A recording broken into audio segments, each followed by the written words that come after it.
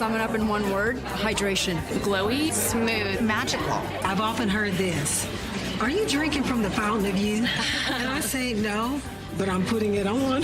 What I'm most proud of is over 5 million women have trusted Meaningful Beauty, and they're getting great results. And I get that feedback from them in airports, supermarkets, walking down the street, and I love it.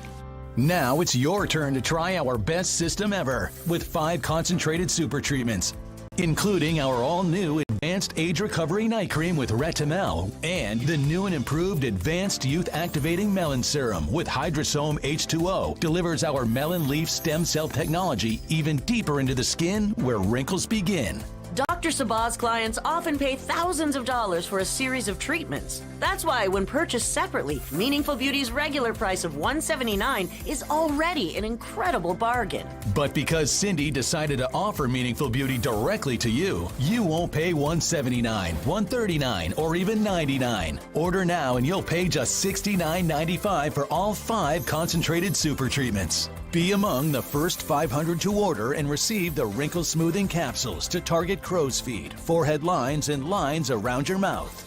Plus, you'll also get the new skin renewing facial tool with heat, massage, and red light to boost the absorption of the wrinkle smoothing capsules and reduce the appearance of puffiness.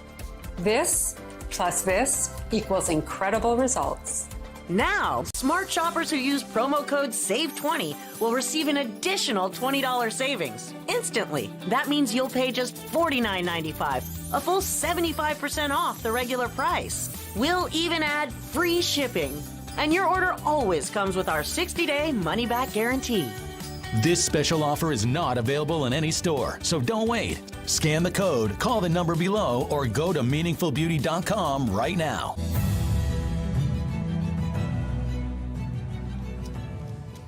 You know, Deneen, as we were talking about earlier, many of these Gen Zers, they're entering in the workforce and they're bringing these bad communication habits and other things. They need to be trained at home, but also in school. That's why I start off every semester, I teach business management at NYU with the Business Organization and Management Commandments. No socialism, your problems are not my problems. And I teach them to take ownership and to communicate effectively, not through these acronyms and all this other nonsense. I love it. That's important. You should post that on social media. I did. Okay. And hopefully other people will follow. The Dove has an unexpected expense. Our video switcher must be replaced. Will you prayerfully consider helping to replace this important equipment? Thank you for partnering with the Dove.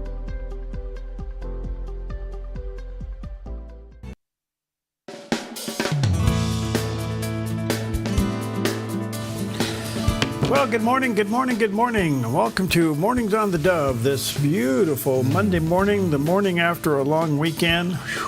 You know, you could tell it was a holiday weekend. There were 27 cars in line at the local coffee kiosk this morning. Yep, and the valley turned into a semi-war zone. Woo! I tell you, it was everything we didn't want. Yeah. It was loud, it was illegal, it was everything. But everything. No fires, right? Well, not in the backyard, no. I will say this, it looked like they kept this under control pretty well. Seems to be. But there's a lot of little fires around us, and I will say this, they were flying last night, getting on them pretty fast. Oh. So there's a few here just south of us here in Northern California we're keeping our eye on. And they were flying last night. But anyway, good morning to you. Happy Monday. There's a lot going on in the news, and we'll have an update here shortly of the disaster there in central Texas with the flood, and so many people lost their lives. It's just unbelievable. It's just hard to process in your brain. And we have some reports on that. And the president and the prime minister will be meeting today. Trump and Benjamin Netanyahu. Yeah. So we'll see where that goes. So some things are in the making for a newsy day. Good morning to you. Nice weather, beautiful weather, hot one today, so get ready for that. What else we got going? Well, if you have a daughter, go out and take a walk with her. It is National Father-Daughter Take a Walk Day, and of course what that gives you a great opportunity to do is talk. Yeah. Walk and talk. And tell her to marry for money, love will follow. My daughter was already counseled in that direction. I kept telling her that. You did. Yeah. Now she's got 4 kids. Good job. Yeah. All right. Honey, if I had a chance, I'd like to go for a walk with you this morning. Yeah. It's also National Day of Rock and Roll. Is rock and roll being played anymore? You know, you know what's interesting about rock and roll? What? When it starts at a party, everybody knows what to do.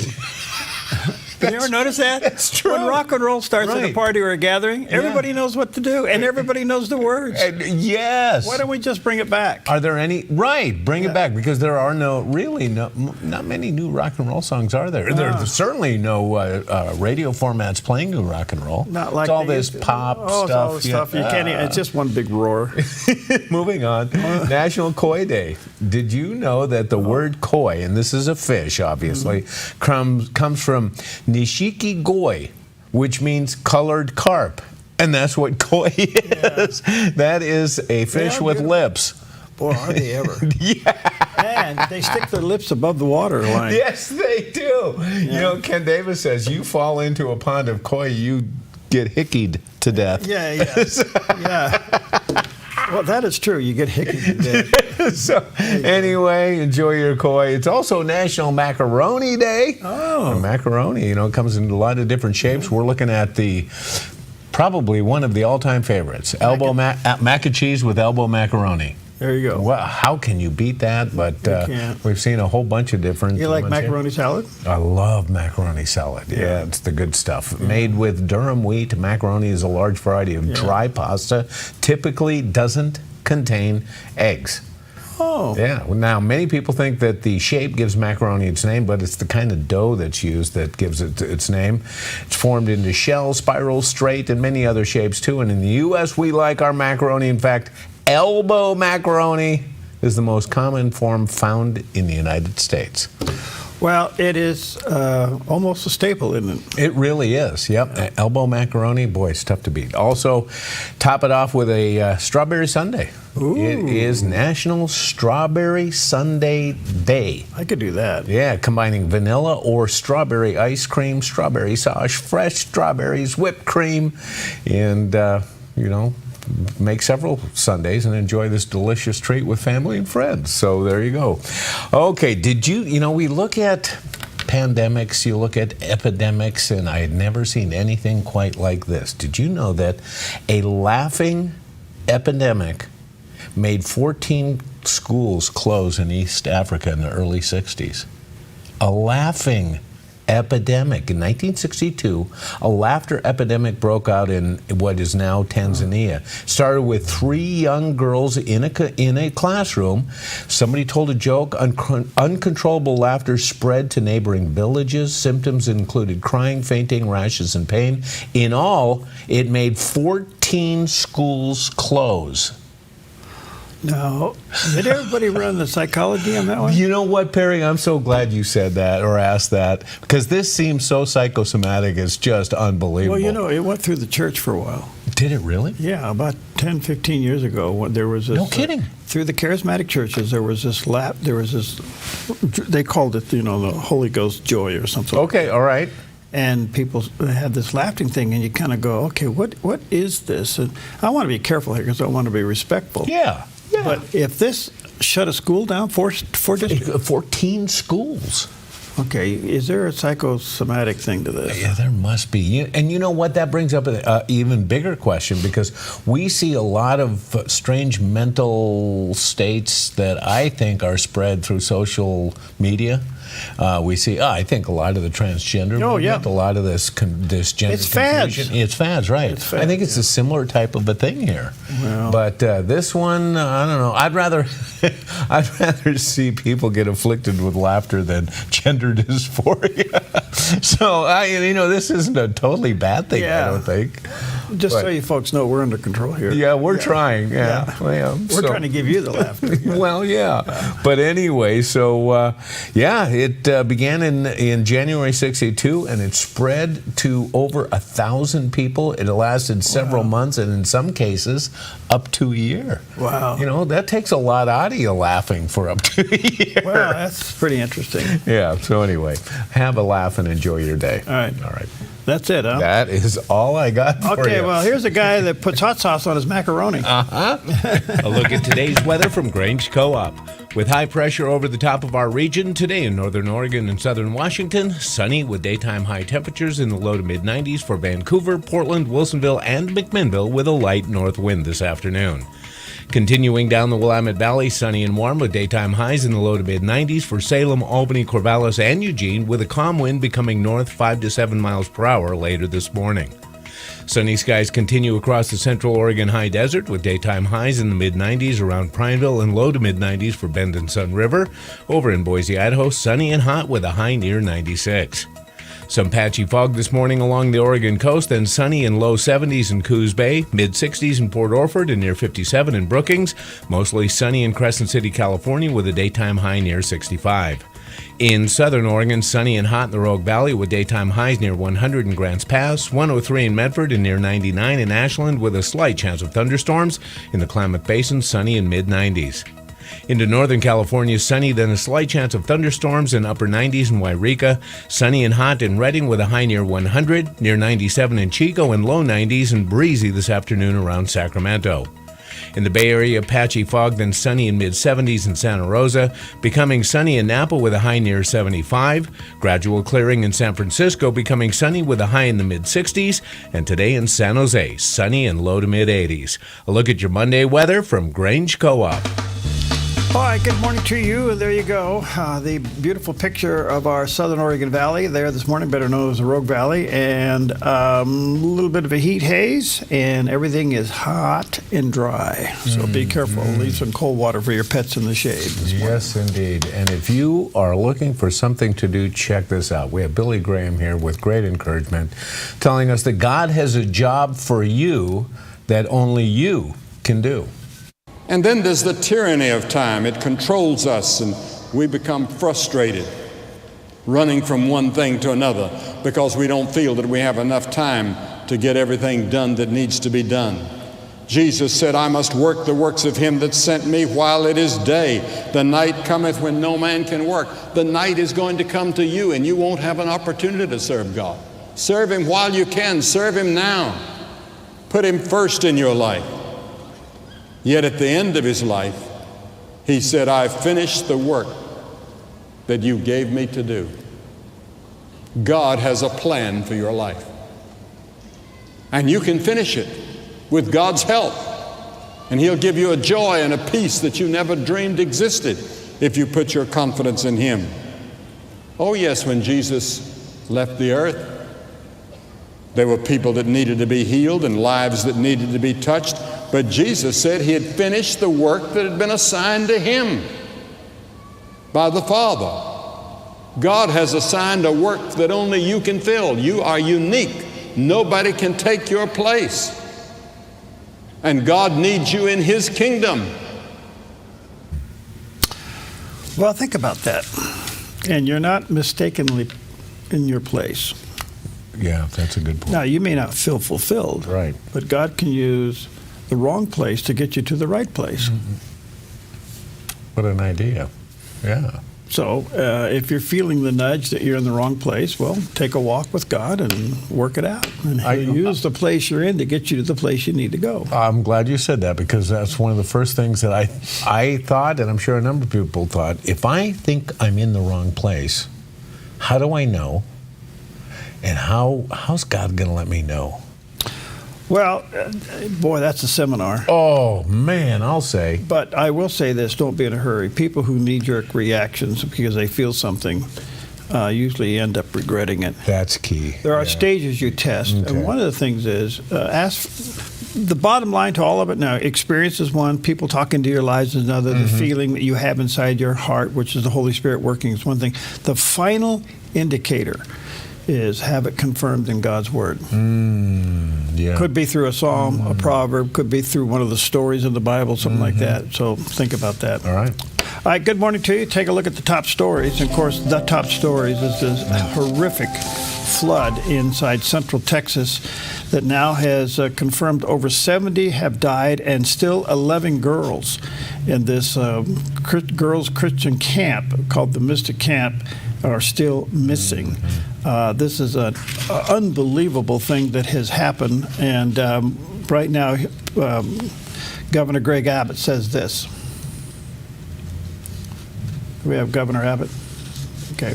Well, there's a picture of the camp in the flood. We will be relentless in going after and ensuring that we locate every single person who's been a victim of this flooding event. We're not going to stop today or tomorrow. We will stop when the job is completed. Between now and whenever that day arrives when the job is completed, this is a 24/7 operation, day and night, because we know that we are looking for Texans and Americans, and we put them as our top priority, and we will find every one of them. We know that everybody wants more warning time, and that's why we're working to upgrade the technologies that have been neglected by far too long to make sure that families have as much advanced notice as possible. Okay, so there's a couple things here. They are still finding people literally hanging in trees, Right. which is amazing. Yeah. 20 miles downstream, they found people. The director of the camp, this is really the sad one, but the director, well, they're all sad, but the director of the camp, his name is Dick Eastland, who purchased the camp and was the director of the camp since 1974. He died as he tried to rescue some of the girls himself. So this is going to go on. The president has promised any aid that they need. It has been declared a national emergency. And the unfortunate thing is today is that the weather forecast is more rain and water coming. They said it was a wall of 30 feet of water in 45 minutes. Wow. Now, there's a lot of complaints and concerns about the warning system, but the Weather Bureau did announce bad weather well in advance, 12 hours in advance. Now, they couldn't predict the amount of water. But the warnings were there, but I don't think anybody thought it would be of this magnitude. 30-foot wall of water coming at you in 45 minutes. And think about this, water is 8 pounds a gallon coming at you at 40 miles an hour. Right. There's not much left. No. And so anyway, pray for the people in Texas. There's a lot going on, and that will stay at it for a long, long time. Yeah. Over the weekend, the president did sign the big, beautiful bill. That was a big event on Friday, on the 4th of July. And in the meantime, he is expected today to meet with Prime Minister Benjamin Netanyahu as they line out what's next for the Middle East. The question will be, what are they going to do with Hamas in Gaza? Yeah. And do they finish, and I say this because I don't know what finishing means, but finishing the job in Iran. The Iran leadership has indicated that they are relentless, they'll rebuild. So do you finish the job so they can't rebuild? And does that include a regime change? Right. We'll see how that goes. And then the other thing is, the president imposed all of these tariffs, and they're back in the news again.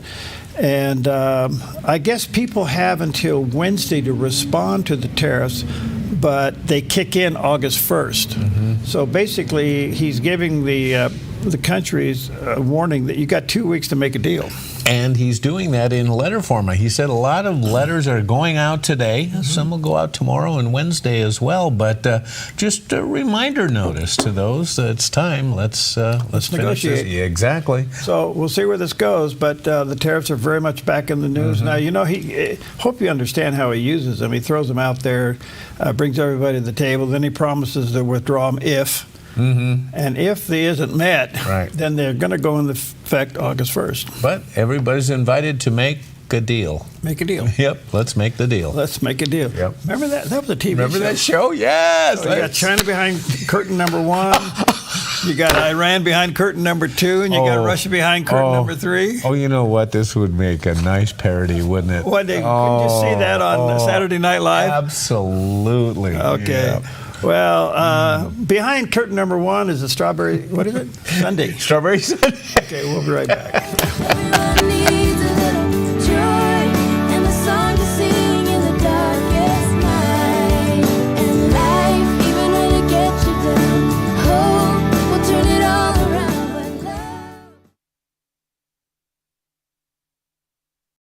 Watch the 700 Club every weekday. We bring you compelling interviews with the information you need for better health, stronger finances, and a more abundant life. Every day you'll hear inspiring stories from right here at home and across the globe. We cover the issues that matter most to you and your family for thoughtful analysis and insight into the news of the day from a biblical perspective. Watch the 700 Club Monday morning at 11 on the Dove TV. Put your gold in an envelope, mail it. Hopefully you get a check. No. Father and son jewelry, bring your gold in. We weigh it, we check it, we make you the offer. Or turn your something old into something new. Whether it's an idea, a picture, or a piece you want to duplicate, we can melt it down and make it for you. If you find your perfect piece in store, trade your something old for something new, and you always get a little extra. Visit Father and Son Jewelry, 5 generations of family in Medford. Wildfire season is coming. Are you ready? All it takes is one small ember to level a home. Reduce any fire hazards around your home and property to prevent an escaped fire from spreading out of control and to protect your home from an oncoming wildfire. It's called Defensible Space, and it works. Go to keeporegongreen.org to learn more.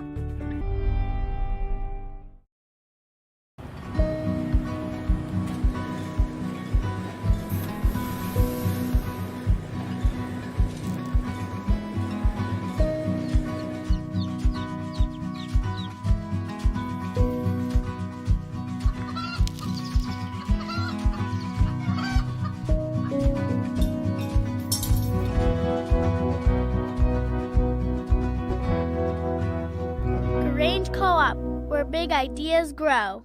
Morning to you. Happy Monday. Back at it after the long holiday weekend. Trust yours was a fun one and a safe one. And you can tell people were a little slow going this morning. Yep. Nobody was speeding to work this morning. Nobody, including me. You know. Anyway, a couple of things over the weekend. Our own state was very much in the national news again. This was Friday. Now, you know, Friday was really interesting. 4th of July, a lot going on. Yeah. National parades all over the place. It was beautifully celebrated. But believe it or not, and this, I guess it is political, I don't know how to avoid it, but the Democrats decided the best thing they could do was not celebrate the 4th of July. What was that all about? And I'm thinking, boy, you guys went from stupid to dumb. Right. And so I thought, and finally, what was interesting about that, I think it was, of all people, Kamala Harris says, don't do this. It's a losing thing. Right. Of all people, she says, no, you guys don't do this. This is going to work against it. No kidding. Good. Yeah. So anyway, so a lot was going on with the 4th of July, and a lot of Democrats were not celebrating because right in the middle of it, the president signed the big, beautiful bill, and that upset a lot of people. Well, in our own state, we made national news because people came from all over to protest the ICE building in downtown Portland, and it got pretty bad, and it got pretty rowdy down there, and several people involved in the protest reportedly organized a caravan that went from the ICE facility located in South Portland to Northwest Detention Center in Tacoma, Washington. So I don't know what this is all about. I think what it is a bunch of people that want to let bad people back into our community. Right. I mean, these are crazy people that want bad people loose. Right. Yeah. And so that's what it was about, and it got pretty rowdy. And but anyway, it calmed down. They had to board up the windows and all that nonsense. So here we are, Oregon in the news for being crazy. Okay, the other story is, this is a good story. Okay. Coming for Oregon. Okay. All right. Praise the Lord. Okay. Yeah. The $2.3 billion project for the Port of Coos Bay and Northport Development Project, which will create an international cargo shipping and rail terminal there on the South Coast. This is all back in the remake. And the Port of Coos Bay is a small, what they call a small step closer to building a major international shipping terminal, which the Porter says will increase about 2,500 permanent jobs on the South Coast. Boy, we need this. Wow. This is terrific. And Coos Bay is perfect for it, okay? And apparently Oregon lawmakers are going to send $100 million to Coos Bay for the dredging project of the channel. Oh, okay. So our own legislature, which is, I think this is money well spent because this is economics 101. They got to make the shipping port a little deeper to handle some of these ships, especially when they're loaded, and turn them around. Okay. This will be a huge boost. And you remember, they didn't want the rails coming in here, coming across the over the mountains and into the bays. This is going to be a major shipping port, both for rail and large container ships. Do we have any idea what kind of goods they would be shipping? Well, everything. Yeah? From containers to lumber. Really? Yeah. I mean, this is... this will be, you know what this is going to do? It's going to take a lot of pressure off of Southern California. Okay. It might take a lot of pressure off of San Francisco and maybe up around Seattle, but it's going to be a big deal. And out of this, the residual from this will be substantial. Housing, retail, schools, trucking, the whole 9 yards is going to be part of this deal. And so it's a $2.3 billion project. And so anyway, our legislature on the way out of town decided to give $100 million for the dredging part of the construction of this. That's a big deal. It's a big deal. Yeah, so it's a big deal. All right, let's take a look at the satellite image. Good morning to you. Severe clear. That's what it looks like right there. And more of it. And more of it. Yeah, and it's going to get a little warmer again. And, you know, we got a journey up and down. We're going to look at possibly today 100 degrees or close. And then backing down to the mid-90s tomorrow. And then actually into the mid-upper 80s middle of the week. But then start to inch back up into the 90s again for next weekend. So, you know, shall we say seasonably warm? There we go. I think that's about what it is. Well, on Newsmax's Saturday report, Texas Lieutenant Governor Dan Patrick discussed extensive search and rescue efforts following a devastating flash flood in Texas. So at this point, and the numbers change literally by the minute, we are still missing 27, mostly young girls under the age of 12 from one particular camp. We have about 18 camps along the Guadalupe River. Almost all of them were busy during the summer, and all of those reported and were accountable for all the people who were in their camps. But this one particular camp that was established in 1926 TW took the hard hit, and it took the hard hit in the area where the younger girls were staying. So we still have 27 missing as of my last update not too long ago. And we are now somewhere under 30. And again, those numbers change rapidly in loss of life. And when I mentioned 1926 TW for the reason, for folks around the country, you know, they might say, what was a camp? This is a camp that's a part of our history. And so grandmothers of grandchildren stayed in that camp, and the mothers of the children. And you can go down generation after generation. That's right. And this is the biggest flood, or the second largest flood ever to hit this area in modern history. The last big one was in 1987. So this is not only impacting all of the people who were there and the parents, but all of the ladies in Texas who stayed at this camp at some point in their life. I've heard from a lot of grandmothers who said the cabin that was washed away was where I stayed as a little girl. So it's having a tremendous impact. And look, we have made the commitment to parents. We will do whatever it takes to recover every missing child. Oh gosh, wow. Yeah, the numbers are 70 and 11 as of this morning. Yeah. And pretty amazing. I didn't realize the history of the camp, and they point out so many moms and grandmas, you know, and now with their kids and grandkids missing, they attended this camp as well. And the camp director, you know, who basically was the owner since 1974. So you go back, I mean, there's 3 generations right there. Right. Okay, so anyway, it's really sad. All right, we'll take a quick break. We'll be right back.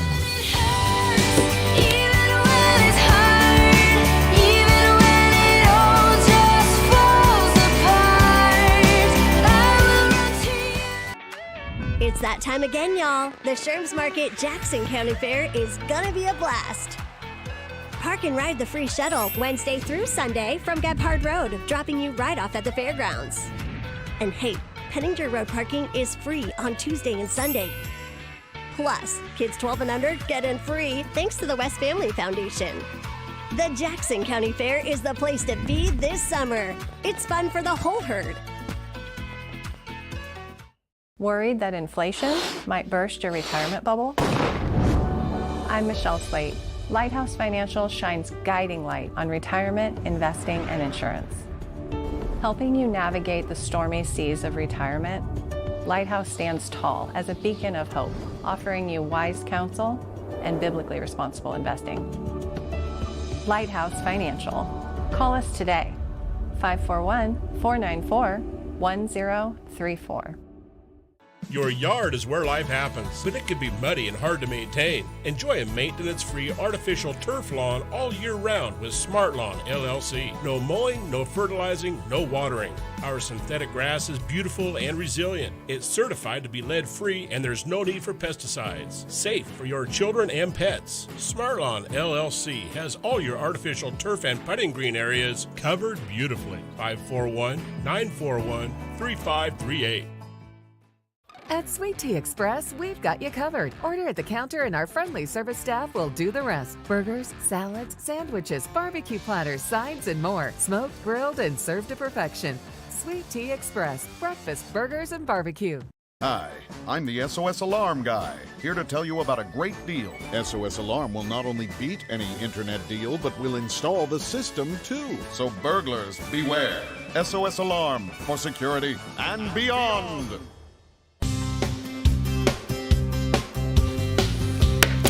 Welcome back. Happy, what is today? Monday. Yeah.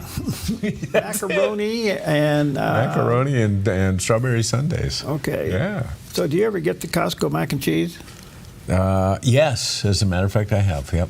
It's another thing they score on. Yeah. They do a pretty good job with Well, they have two of them, too. They have the one that they make back in their, meals ready to eat section. Yeah. They have one in the freezer section that I happened to walk upon one day. It says, the world's best macaroni and cheese. That's the name of the macaroni and cheese. And? It is. It is. Oh, my gosh. It's got like 4 different kinds of cheeses in there. Your cholesterol level increases just reading the box. I'm not kidding you. And it is so good. You're taking a statin before you eat it? Yeah.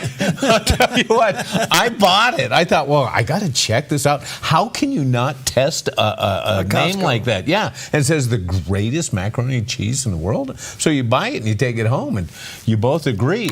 And then Pam reads the numbers. Oh, yeah. So this is the last time we're having the greatest. Just get a syringe and stick it right in your vein. Yep, she read the numbers and it never returned again. But it was delicious. Oh, good stuff. All right. Well, it's mac and cheese and strawberry sundae. Yeah. So good stuff. All right. All right. Good morning to you. Let's check in with CBN News Watch. This is CBN News Watch. Thanks for joining us for CBN News Watch. I'm Wendy Griffith. We've got a lot to cover today, including the tragedy in Texas, the death toll now rising above 80. But we begin with a surprising development in the Middle East as 5 prominent sheiks in the West Bank city of Hebron want to pull out of the Palestinian Authority and join the Abraham Accords. That's sure to be a topic of discussion in President Trump's meeting with Israeli Prime Minister Benjamin Netanyahu at the White House tonight.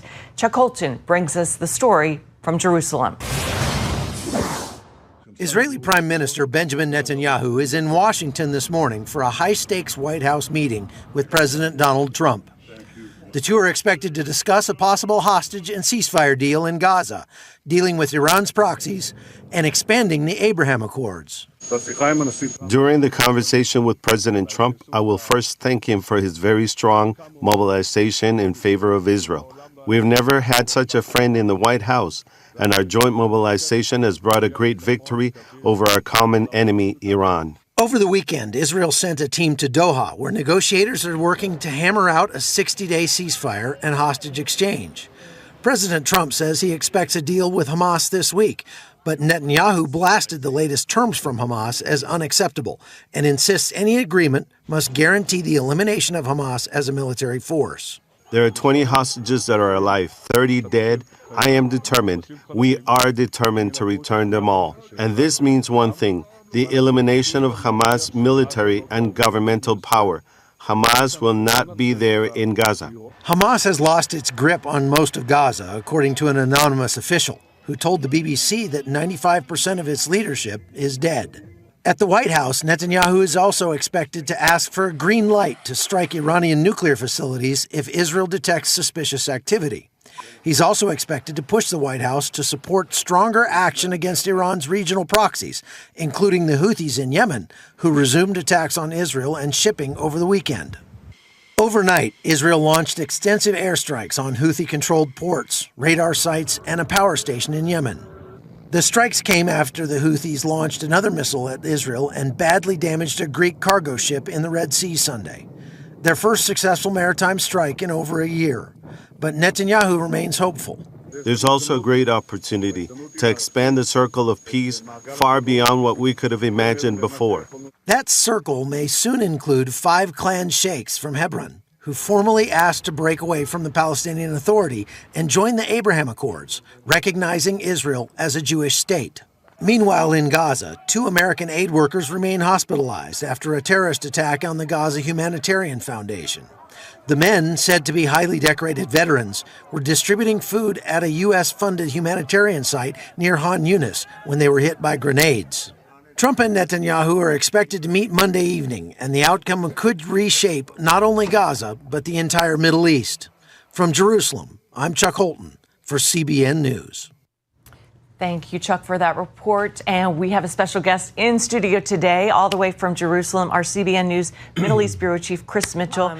Chris, as you know, President Trump wants the war in Gaza to come to an end. How does the Israeli leadership feel about this, though? Well, I think even the Israeli leadership are somewhat divided on it. I believe Netanyahu, he has pretty firmly said that they want to make sure that they reach the goals of the war from the very beginning of October 7th. That is, defeat Hamas militarily, make sure that it cannot rule over Gaza anymore, and release the hostages. Sometimes those goals are complementary, sometimes they're contradictory.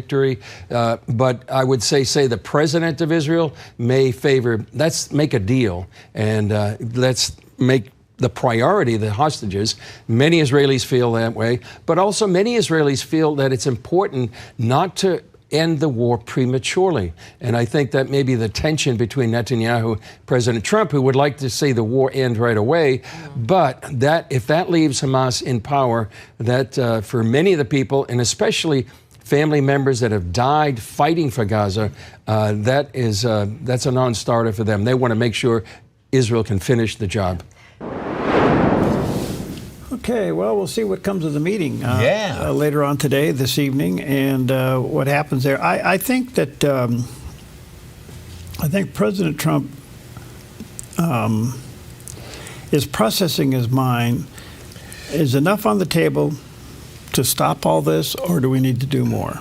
There's just a little bit of Hamas left, and there's still quite a bit of Iran left, and yet we have people that want to join the Abrahamic Accord. Is that enough to create, say in Iran, some kind of a revolution where the citizens take the country back?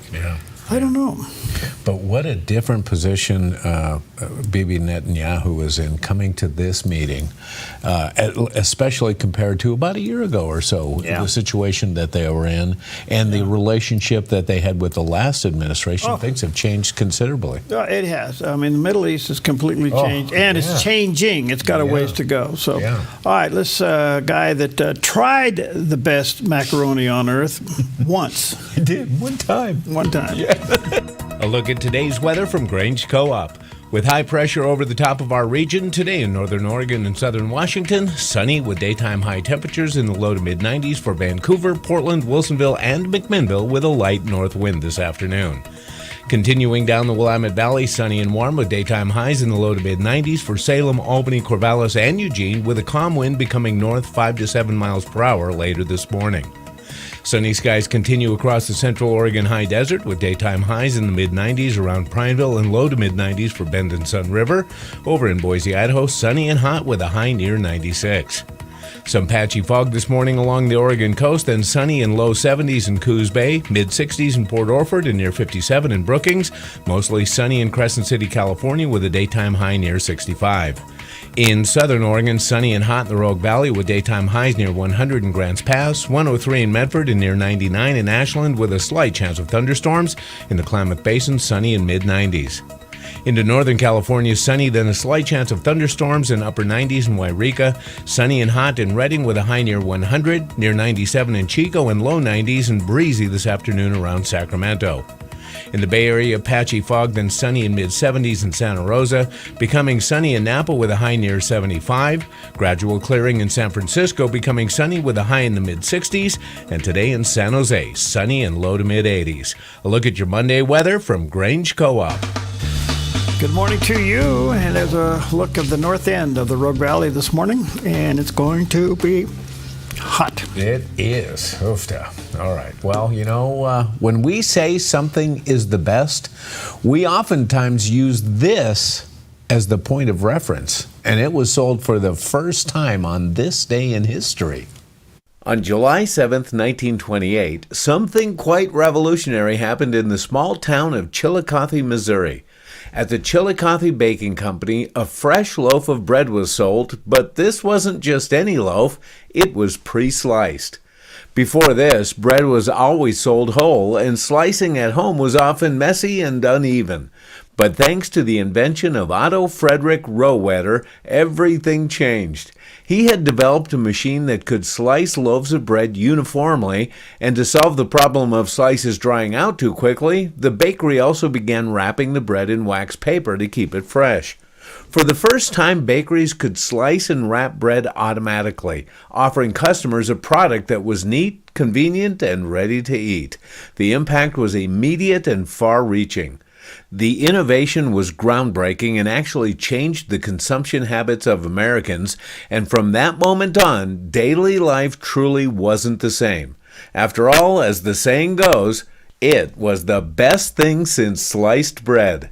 Really? Yeah. How about that? Wow. They said absolutely changed consumer habits because now it was easy. Make a sandwich, you can just grab a couple slices. But you know what? I really go back to my Grandma Bilden's baked bread. And she used to, and then those thick slices that she would cut off. Oh, it's hard to beat, but. Well, you could have Anna Chase's bread. Oh, you know what? That is a great point. Hers is fabulous. And you have to slice it, you know. Yes. Well, you know, we used to get some of that in here, but no, not anymore. No, we interrupted that. Yeah, I know. I think Anna's a little busy now. Well, she is. Yeah, she's got 4 running around. I know. Yes. Yeah, but anyway, it's anyway. Okay. All right, good stuff. Sourdough. Yeah. Oh, yeah. That's what it is. It's sourdough bread. I like, yes. Whole slices. Now, you can go to some of these bakeries here and still buy bread without it being sliced. Oh, I didn't know that. You have seen the cinnamon bread? Okay. Yeah. Trying to think of it. Sourdough. Sourdough. Okay. All right. Anyway, back at it here, 21 minutes now. Well, Pastor Anthony George, Dr. Anthony George, really, I think one of the great communicators of our day. Does Jesus see you where you are or where you could be? Here's what he had to say. This is what I love about Jesus. Jesus doesn't just see us where we are. He sees us where we could be if we yielded to him. And so when you're looking at different people in your life or even in our world or even on television, and they make you want to scream. I do this sometimes when I watch clips of The View. And if I'm not careful, I'll get hatred towards those ladies that say such diabolical things. But then I think about one of them. She's kind of right in the middle. You know what I'm saying? She's kind of right there in the middle. She's got the most vile mouth and the most wicked spirit. And I say, yes, but what if Jesus got a hold of her? Man, wouldn't that turn the world upside down? She would have real joy in her heart if Jesus got a hold of her. So all I'm saying is we've got to look at people the way God does. You don't look at them for where they are. You look at them for who they can become if they give their lives to the Lord Jesus Christ. That's what Jesus did. Amen, brother. That was pretty amazing. Well, I tell you what, this guy puts a little jalapeno on his toast. Oh, I'll say. Now, look, that's probably one of the best ways I've ever heard something like that addressed. Yeah. And he brings it into focus. I mean, we watch these things and we get all ratched up. Absolutely. But do we actually see them from another perspective? The what if factor. Right. The what if factor is, what if they came to the Lord? Oh, you know, that's a great point. You know, and you're seeing this in athletics. You're also seeing it in some media people who are finally saying, you know, they're starting to have a relationship with the Lord. They're investigating Christianity. Yeah, good point. Joe Rogan and others. I mean, Right, they're starting to look at this and realize, wait a minute, there's another set of rules out there that makes sense. And it's called the Big Ten. Yeah, and you know what? He makes a good point, too. You don't know what God can do with somebody and how God can change you. And I think also, too, that, you know, ask somebody a little bit later in their life who followed the lead of the Lord and ended up someplace where they didn't expect in the least. Yeah. Say, if God's fingerprints weren't on this, I would never be here. I would never have come to this point in life if it wasn't for the Lord. Well, that hindsight is 20/20. You know, I think if we all pause and look back and ask ourselves, are we today where we thought we were going to be in our 20s? Yeah, right. You know? Right. And part of it is God forcibly moving you. Oh, absolutely. Most of it is done out of ignorance, guided by God. And somehow it works out. It does. Okay. That's true. All right. Well, we're going to take a strawberry. Yeah. What is a strawberry? Strawberry sundae. Strawberry sundae. Yeah, let's do it. And all I have that I can bring was never meant to belong to me. You overflow from who you are and overwhelm my heart. So I come as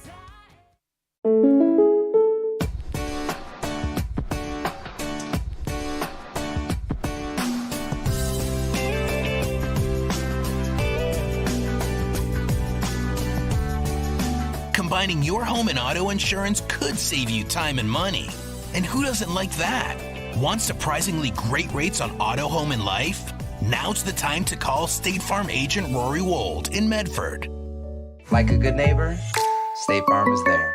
Life has many challenges. When you need answers, theDove.us is here with encouragement, videos, news, and information to restore, renew, and point you to what matters most. Turn to theDove.us, encouraging and informative. Chris Silva understands your home and your commercial buildings are two of the largest investments most people make in a lifetime. One is for your family, the other is to support your family financially. That is why Chris Silva Painting goes the extra mile to protect both homes and commercial buildings with proper painting preparation and high-quality primers and paints. Serving Southern Oregon since 2006, this family-owned and operated business has painted over 1,000 homes. Chris Silva Painting offers an industry-leading 5-year warranty that covers materials and labor on all painting projects, work for both residential and commercial buildings, both interior and exterior painting. Chris and his crew are courteous, they are efficient, organized, timely, and clean. Chris Silva Painting also offers military discounts. At Chris Silva Painting, our mission statement is to bring Christ's heart and principles to our customers and our job sites. We do that with honesty, integrity, and hard work. We don't cut corners, we paint them. CCB number 176097. Chris Silva Painting, 541-890-3960.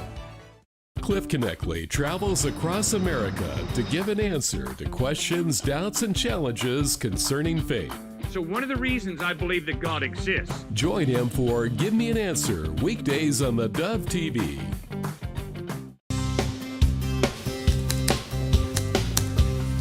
All right, welcome back. Happy back at it.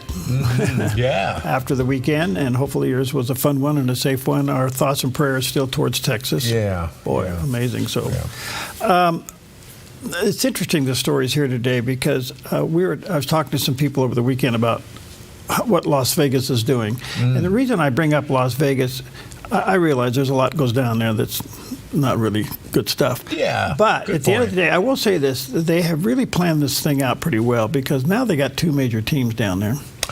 Yes. Football and baseball. You're right. They ended up with the Raiders and they ended up with the A's. They plucked both out of Oakland. Just zapped them out of Oakland and built facilities for them down there. Yes. They're doing well. So you got everything you want for activity. It is the convention center of the world. They have the convention center itself, which is huge. I've been there many times. And then you go down to where the south end of town where the stadium is. Right. So what has happened here is technology and modernism is forcing some of these old hotels to rebuild. Yes. And some of the what you thought were iconic are coming down and getting rebuilt. Yeah. And such is the case as it was talking about one of the $1.5 billion renovations of one of the iconic hotels down there, and it was reported with Maria Bartiromo. Now the mix stays pretty consistent throughout the year. So it's about a third convention business, a third casino customers, and a third leisure. The convention side of the world, the corporate side, is very robust, and we're still booking great programs, seeing strong demand. Just signed a contract this morning out through 2031, so we're seeing this demand for long-term bookings and the resiliency of Las Vegas. We have, we sell 2.2 million room nights a year. There's demand to sell those room nights, they'll sell at a great rate. So things like the Sphere, the new restaurants that we're adding, the convention center remodels, all help drive demand to the resort. And we see that come through in pricing power and market share growth. So you mentioned 3 years in, we've deployed about $700 million of invested capital into the resort of about a $1.5 billion plan. It's really a corner-to-corner renovation of the resort. We are about 4,000 suites into our suite remodel, 4,000 of 7,000. We'll finish the remaining suites over the next few summers. Just introduced some great new restaurants to the resort. We had Nomakai, a really fantastic sushi hand roll spot that just opened 2 weeks ago. This Friday, we're actually opening Via Food Hall, which brings 7 unique concepts from around the country in a quick service, counter service setting to the resort. And some New York favorites with Cote, the Michelin-starred Korean steakhouse, and Jose Andres' Bizarre Meats coming later this fall. Okay, so there are 4,000 rooms into a 7,000-room hotel there at the Venetian. It's been there for a long time. $1.8 billion facelift, 2.3 million rooms a year rented. That is stunning. And how many, 100-something thousand? 150,000 available rooms in Las Vegas. And so it results into almost 2.3 million rooms a year. And they have a very high occupancy rate of those hotel rooms. I was shocked at some of the numbers. A third from gambling, a third from convention, a third from tourism. Yeah. And they are, I know that the wave in recent years has been family friendly, trying to get things. That's why you see at New York, they have, roller coaster rides and carnival rides and stuff like that. So, but I did not realize that only a third comes from gambling. Yeah, so a third. Well, gambling is kind of interesting because with the how can I say this? With the rise of the tribes going into the casino business, yes, you don't have to go far to fix that. And I think there are many that wondered what the future of Las Vegas was with so much proliferation of gambling statewide throughout the country. All over the place. Yeah. But it's a third convention, third gambling, third entertainment, and that's where the sports obviously be part of the entertainment. But it is an amazing place. And the other thing is they have these helicopters that fly around at night, and I think they ended up putting a curfew on them till like 10:30 or 11. Okay, yeah. Because people couldn't go to sleep. You could rent a helicopter and they would take you up and down.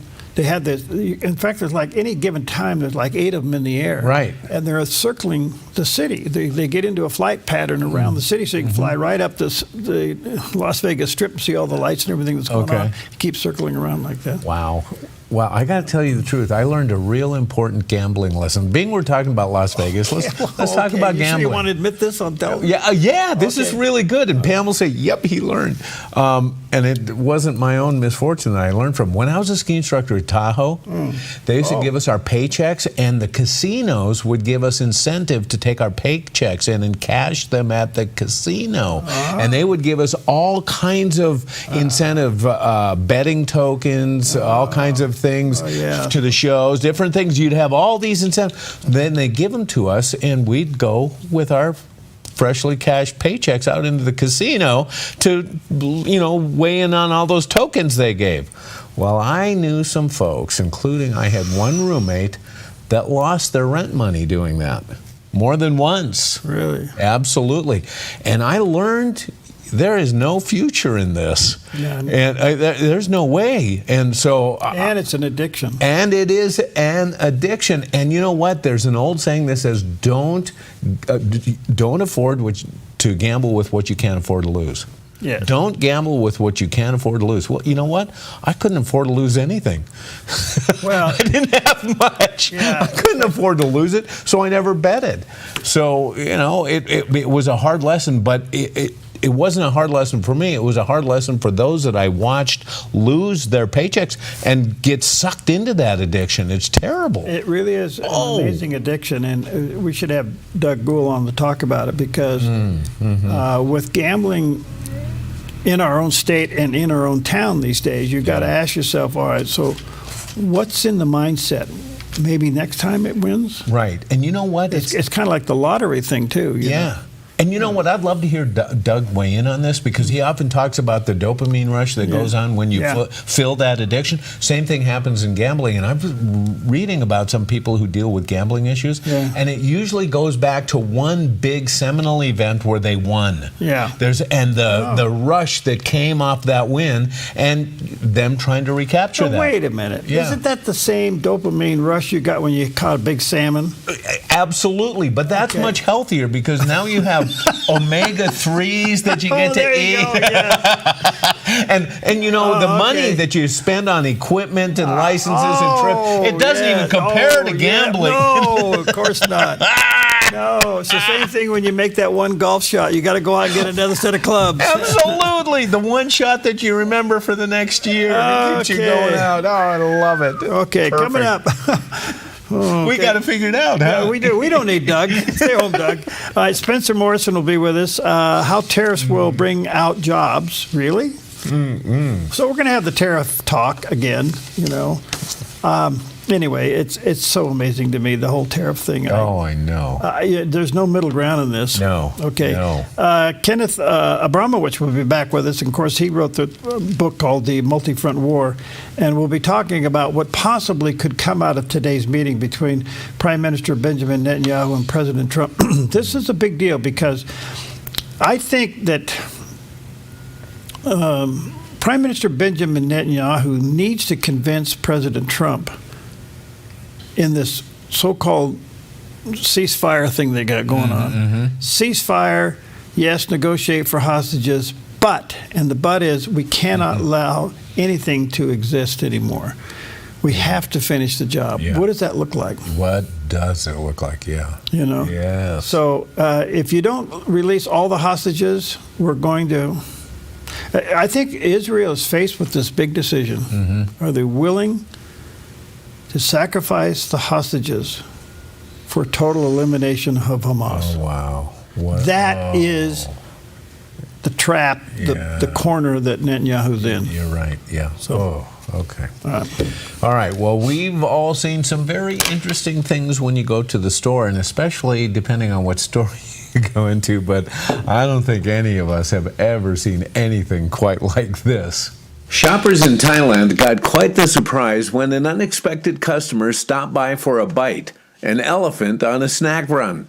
The towering visitor, a male elephant, wandered into a local grocery store in a town near the edge of a national park. On a mission for munchies, he helped himself to 9 bags of sweet rice crackers, a sandwich, and some bananas, racking up a tab of around $21. Though the scene was certainly chaotic, the elephant appeared calm and focused on filling his belly. Remarkably, he caused little damage aside from knocking over a few items and rearranging the shelves with his trunk. According to a local ranger, the elephant is no stranger to the area and is known for seeking out food in nearby homes. However, this marked the first known visit to a grocery store. After his snack break and backing out of the store, rangers gently guided the elephant away from the store without incident. And it was not a Walmart. Have you ever been to Thailand? I have not. Okay, I have, and they walk around like that. Do they really? Yeah, they're just all over the Well, they said it was kind of a famous elephant in the neighborhood, goes to a lot of homes to get snacks and stuff. What do you do when a hungry elephant comes to your back door? I don't know. That's kind of like feeding the deer in Jacksonville. Oh, yes. You don't do it. Right. Because if not, they just they want to come in the house and sit down with you and watch the game. It's kind of like... there are some other negative things about feeding the deer as well, too. So, by the way, be back careful. to Costco just for a moment. I want folks to know You go there a whole lot more than I do. Oh, yeah. And you starting to know the checkers by name. Yes. So I was in there the other day doing some stuff quick. Believe it or not, you can't get in and out of Costco fast if you know how to time it right. Oh. So anyway, I'm going through. I don't get, hi, Perry. I go, where's Jerry? I've been in there twice. You know, they know who I am, but they don't call me by my name. I'm spending too much time in there. How's Jerry? Where's Jerry? Oh, I know. Jerry who? All right, Luke 18:27. The things which are impossible with men are possible with God. Folks, your God is an impossibility specialist. You say it's impossible what I face. No, it's not. It's not with him.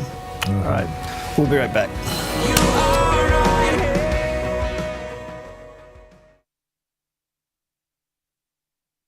Will you prayerfully consider helping the Dove with, quite frankly, an unexpected expense? We have to replace our main switcher here at the Dove TV. Now, we weren't expecting that or budgeted for it, but the manufacturer now no longer supports this unit. To replace it's about $47,500. So we're asking you to prayerfully consider supporting us and only do what the Lord is leading you to do. Feel free to give us a call or go online. And please know that together, we really are changing lives for good.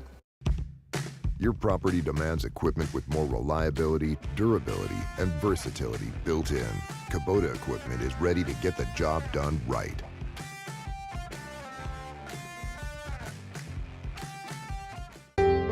Come fall in love with Northridge Senior Living, where contemporary sunlit interiors meet old world elegance. Walk through our lovely hallways and enjoy the fun staff-led activities. Forge lasting friendships with other residents and our exceptional caregivers. Dine in style. Gather near the fireplace under breathtaking chandeliers. Our reasonably priced apartments are spacious with private balconies. Northridge is Christian owned and operated, pet friendly, and only 2 blocks from Asante Rogue Regional Medical Center. On-site 24/7 in-home care is available. We also offer senior adult daycare where your loved one can spend the day with us and the evenings with you. Northridge Senior Living, your home. Stewardship begins with the knowledge that nothing belongs to us, but everything belongs to the Lord. This helps us to run a business not in the fear of lack, but in the assurance of His care and provision.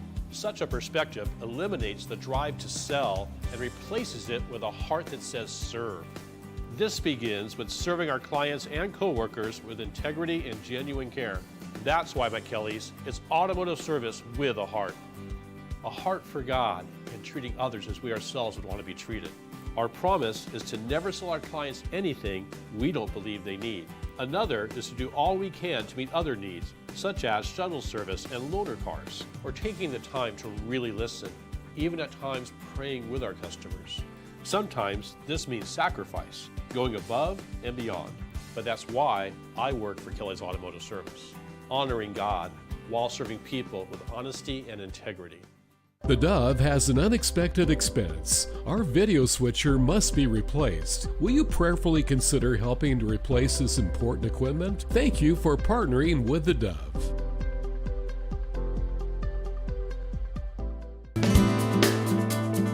Morning, good morning, good morning. Welcome to Mornings on the Dove on this Monday after a holiday weekend where Jerry decided to come on in anyway. Hey, I needed to. This is it. And you know that it is a slow Monday. Yes. Because driving in this morning, there were 20-something cars lined up at the coffee kiosk. I just waved at them as I went by. No, I didn't pass anybody on the way to work, and nobody passed me. I felt like I was kind of alone out there. Slow mode this morning. So coming out of the 4th of July weekend, good morning to you. A lot in the news. Of course, the tragedy in Texas, we'll update you on that. It's just horrific with the flash floods there in central Texas. Let's see, big state meeting at the White House in a couple of hours with Prime Minister Benjamin Netanyahu and President Trump getting together. The big bill, big, beautiful bill. I think a lot of people like to take the word beautiful out of it. But the big bill was signed over the weekend, so we got all that to highlight. So anyway, back at it, be careful. And it's hot and dry, very dry. And the airplanes were flying last night. I have the watch duty on my phone. And I went ahead and joined so I could get the layer, which shows all the flights, shows everything. And so they were fighting about 4 fires just south of the border here. And what's good about it is they're getting on these fires when they're really small. They're coming on them. Is this a change in policy? It sure looks like it to me. They no longer talk and manage; they fight them. Right. Yeah. So it's really encouraging. All right. What's up, man? Well, you mentioned it's going to get a little warm today, so if you're going to do this activity, try do it early. Go for a walk with your daughter because it is National Father-Daughter Take a Walk Day, and you talk about the things that come up on a long walk like that. So if you have a chance, enjoy. Not everybody has a chance because our daughters grow up and sometimes they move away. Well, yours didn't. No, mine didn't. Yeah, but you know what? Yeah, there's always that possibility. It's like, well, listen, Blake wouldn't see this. He wouldn't live to see his next birthday. Hang in there, buddy. Hey, don't you dare take those 4 kids anywhere. Don't you dare. Anyway, no. It's also National Day of Rock and Roll, and I thought, well, what's this? A commemoration of something of days gone by? Is there any such thing as rock and roll anymore? Well, like I said earlier, it's amazing when they break rock and roll at a party. Everybody knows what to do, and everybody knows the words. Yes. And you know what was really strange is like when I grew up and my mom and dad, they were so, good morning, Mom. They were so anti-rock and roll, so anti the Beatles and everything. And then they got older and they was like, I'd go over there. They're going to rock concerts, my parents. It's like, you're going to see who, like the Beach Boys and stuff like that? Are you kidding me? Yeah, well, what? That's when rock music was sinful, and today it's nothing. Right. I remember my dad saying, we didn't really like the Beatles when they were, together and stuff, but they're not so bad, were they? Like, no, it's all a matter of perspective. It's also National Koi Day. And, of course, we're talking about the fish.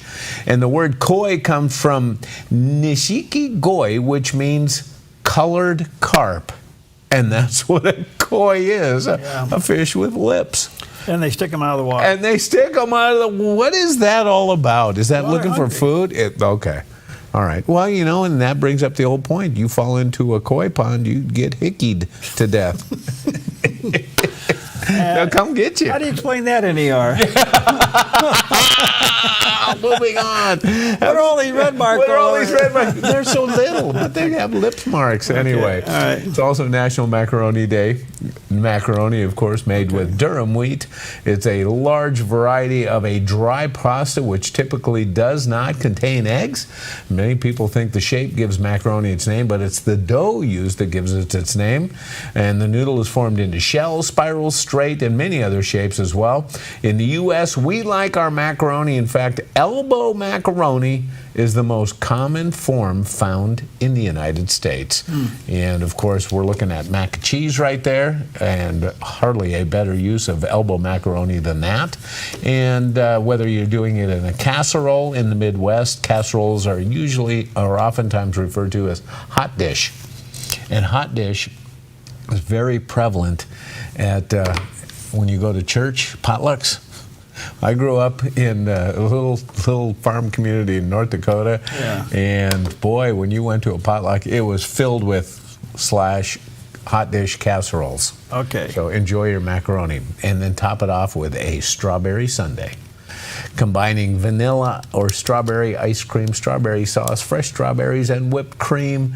You can make several strawberry sundaes and share them with loved ones, friends, and family. Yes. The oldest known record for an ice cream sundae is from Ithaca, New York. An advertisement and the originator of the dessert coolly debated that it was advertised on October 5th, 1892.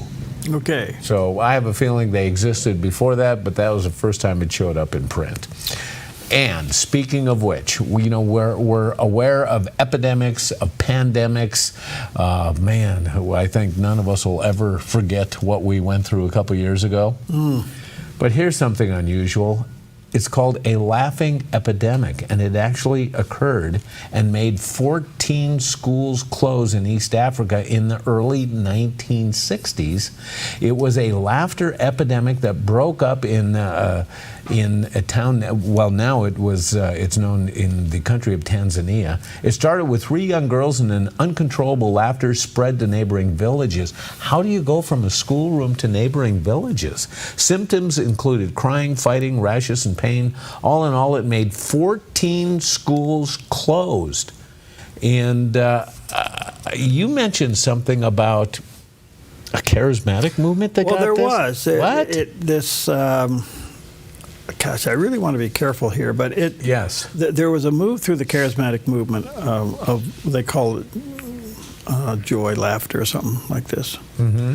And I'm not. I'm trying.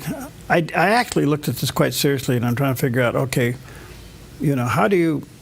Oh, I don't even want to go there because it's so controversial. All right. But the point being is, yes, it went through the charismatic movement. You don't see much of it now. Okay. But the point being is, if it closed 14 schools, was it psycho? That's a great question. Or something like that? Yeah, and it started with the students. It spread to 95 of the 159 students, all girls, aged between 12 and 18. Yes. Was it a fad? I don't know. The symptoms included uncontrollable laughter, crying, fainting, rashes, respiratory problems. It spread to other villages and schools, affecting hundreds of students and even some adults. Ultimately, 14 schools were closed for many weeks, affecting over 1,000 people. The epidemic lasted several months, and in some areas up to a year. But your question reminds me of something, Perry. You said, is this psychosomatic? Is this a mental situation? Was it the power of suggestion? I wonder, because I think we see that in social media issues. We see a lot of mental health issues, including gender dysphoria and such. Mm-hmm. That just spreads like wildfire on social media, especially in TikTok. Mm-hmm. They have these I guess these forums or these boards that they encourage each other. Mm-hmm. And if you then decide, and I've read reports too, that if you decide that, hey, wait a minute, I got swept into something that I kind of lost control of, and I'm going to step back, then you are out in those groups. You're ostracized and you're vilified. So yeah, I think there is some mental pressure that goes on. Was there a brain reaction, chemical reaction in your brain when you started this? The same kind of a chemical reaction you get with any other of addictions, Right. Yeah. So I don't know. So yes. Yeah. Oh, there you go. Speaking of psychosomatic. A look at today's weather from Grange Co-op. With high pressure over the top of our region, today in northern Oregon and southern Washington, sunny with daytime high temperatures in the low to mid-90s for Vancouver, Portland, Wilsonville, and McMinnville with a light north wind this afternoon.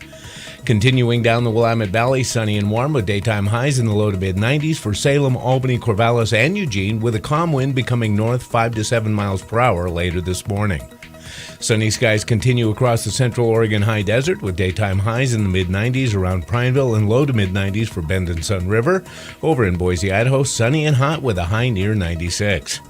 Some patchy fog this morning along the Oregon coast, then sunny and low 70s in Coos Bay, mid-60s in Port Orford and near 57 in Brookings. Mostly sunny in Crescent City, California with a daytime high near 65. In southern Oregon, sunny and hot in the Rogue Valley with daytime highs near 100 in Grants Pass, 103 in Medford and near 99 in Ashland with a slight chance of thunderstorms. In the Klamath Basin, sunny in mid-90s.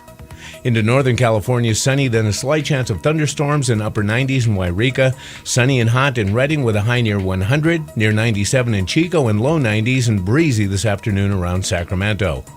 In the Bay Area, patchy fog, then sunny in mid-70s in Santa Rosa, becoming sunny in Napa with a high near 75, gradual clearing in San Francisco, becoming sunny with a high in the mid-60s, and today in San Jose, sunny and low to mid-80s. A look at your Monday weather from Grange Co-op. There we go. Big shot east to west over the southern Oregon Rogue Valley, and you can see that it's a little bit of a heat haze, hot and very, very dry. The airplanes were flying last night, so be careful out there. Yeah, remember in weeks gone by, we were commenting on how there was more and more brown. Now there's less and less green. Yeah. It's a lot of brown out there, so be careful. Well, here we have great encouragement with Reverend Billy Graham as he says the Lord wants to write your name in his book of life. Of course, we don't know when the time of Jesus' coming is going to be. In Mark 13, we are told, heaven and earth shall pass away, but of that day and hour knoweth no man, so take heed. Watch and pray, for you know not what your time is. We don't know when God is going to come for us. In Romans 13, the apostle says, knowing the time, that now it is high time to awake out of sleep, for now is our salvation nearer than when we believed. The night is far spent, the day is at hand. Let us therefore cast off the works of darkness, and let us put on the armor of light. The Bible several times uses the phrase, the time is at hand. Jesus told us to discern the signs of the times. One of the signs is that iniquity shall abound. Pick up your newspapers and watch your newscast. Iniquity is abounding everywhere. Not just in New York, not just in New Jersey, but throughout the world. When the roll is called in heaven, will you be there? Is your name written on the book of life?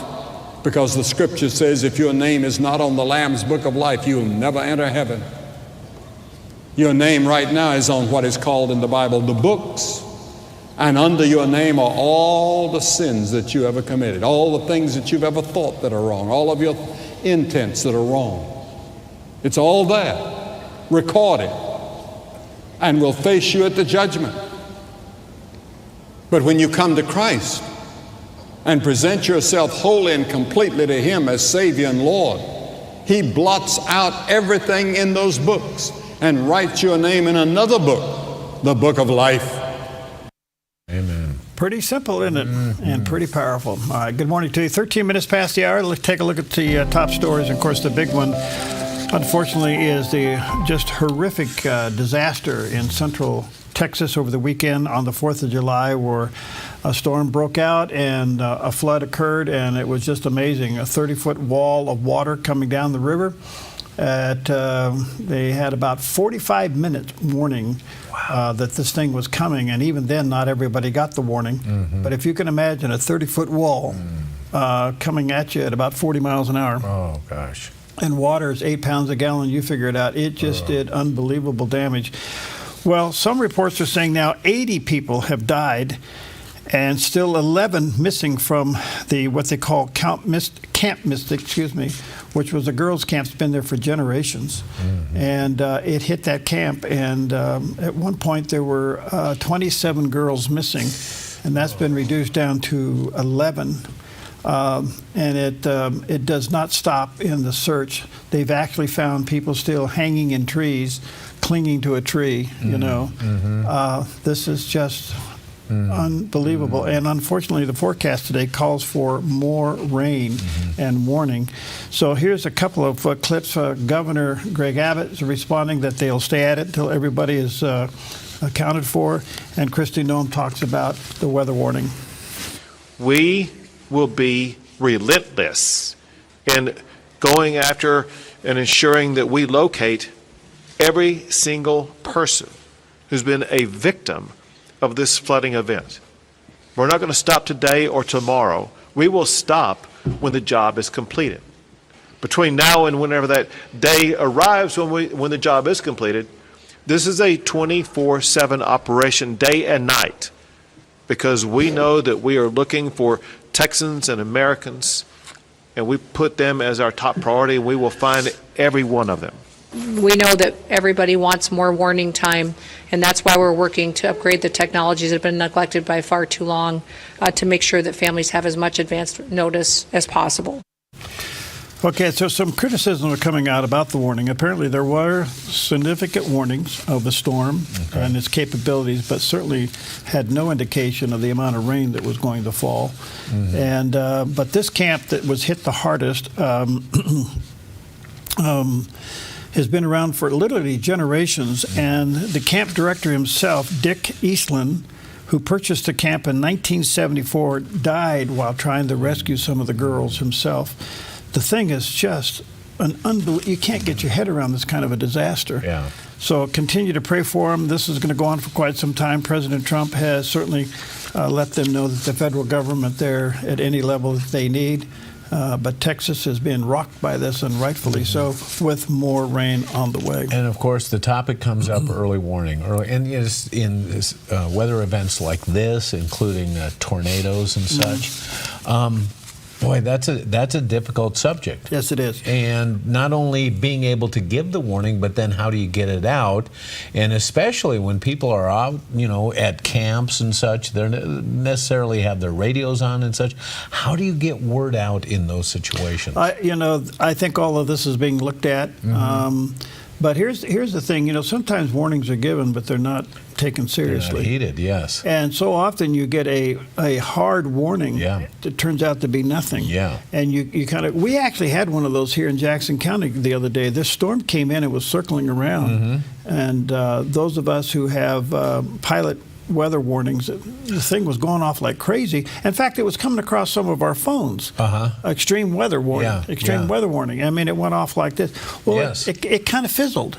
It did, yeah. Because I got the warning too. Yes. Okay, so it didn't really happen. So you kind of wonder, all right, what are you going to do with this? Right. And how? But I think the one thing that you can't predict is the intensity of these things. Yeah. You just don't know. Right. This thing was just a colossal flash flood, and they just couldn't get out of the way fast enough. And so, thoughts and prayers. A couple of other things. The tariffs back in the news. We'll talk about this during Focus today, but the tariffs will kick in August 1st, and the president's sending out letters to everybody. Hey, let's make a deal because August 1st is coming, and those tariffs will go into an effect.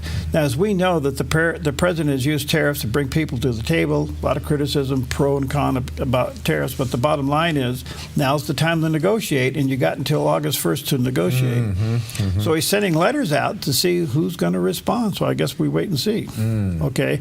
Then the two other big stories. The big beautiful bill did get signed on 4th of July. Very controversial. The Democrats decided not to celebrate the 4th. Yeah, what was that all about? Well, how do you go from stupid to crazy?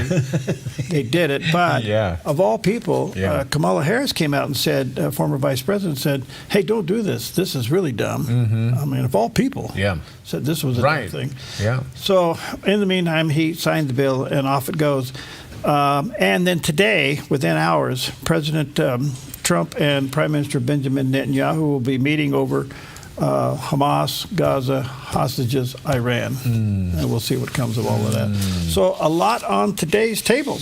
This is top stories today. We'll take a quick macaroni break.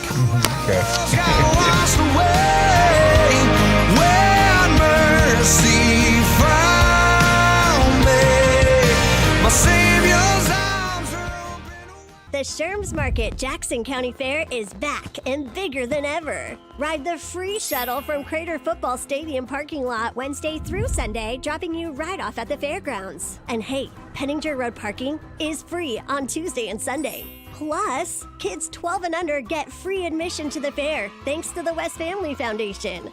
Don't miss the rides, food, music, and memories only at the Jackson County Fair. It's fun for the whole herd.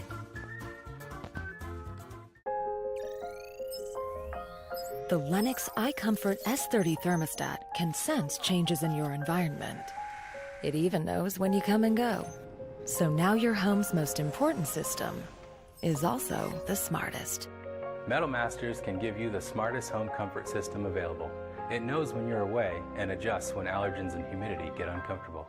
Trust Metal Masters to provide perfect air for your family. Lennox. Air is life. Make it perfect.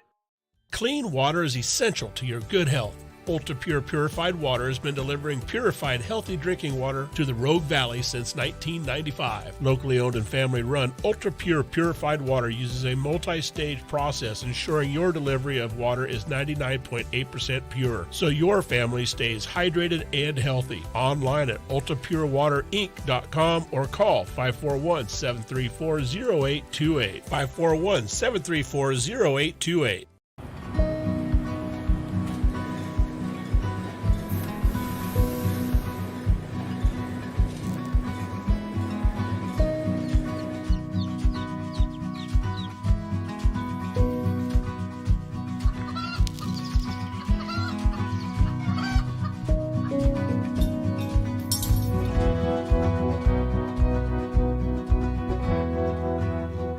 Grange Co-op, where big ideas grow.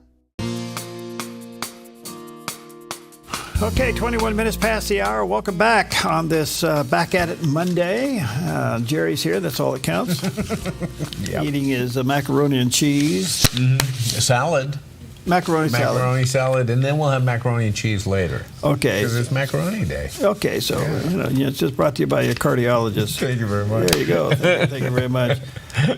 Okay, well, of all things, over the weekend, there was a lot of things going on, and great celebration. Some of it was really terrific. I would say that the patriotism is starting to return, if not return. Yeah. Good stuff all over. Yeah. And why they was put out by the DNC and other key leaders within the Democratic Party to not celebrate the 4th of July, I thought, okay, are you guys... really? Mm-hmm. You can't even celebrate the 4th of July. Yeah. Well, they can't celebrate the 4th of July because President Trump's in the White House. So anyway, but that was quickly squelched by Kamala Harris, of all people, which was, God bless her for doing the right thing. Right. So in the meantime, our own state did make national news over the weekend because in spite of all that, the anti-ICE people were out in full force on Friday, their 4th of July, protesting against the president's U.S. policy using ICE to deport people. And several people involved in the protest reportedly organized a caravan that left the ICE facility in South Portland after they demonstrated there. And it got pretty rowdy. Mm-hmm. As it left there, they decided they were going to head up the street to the Northwest Detention Center in Tacoma and protest there. So I guess what's so interesting here is we actually have people that want bad people let go. Mm-hmm. Mm-hmm. I mean, that's kind of what it boils down to. Right. We got crazy people that want bad people to be set free. Yeah. Oh, that's Romans 1 lawlessness. That's all that is. It's kind of crazy to me. All right. Here's the good news. Yay, let's celebrate. Okay. Okay. Coos Bay. Now, Coos Bay is one of the great, and we have a station over there. We're proud. We're proud to serve that community. We hear from the citizens there. But Coos Bay is a natural spot for a port, and it has been used as a port in the past, but they really want to give this a real boost.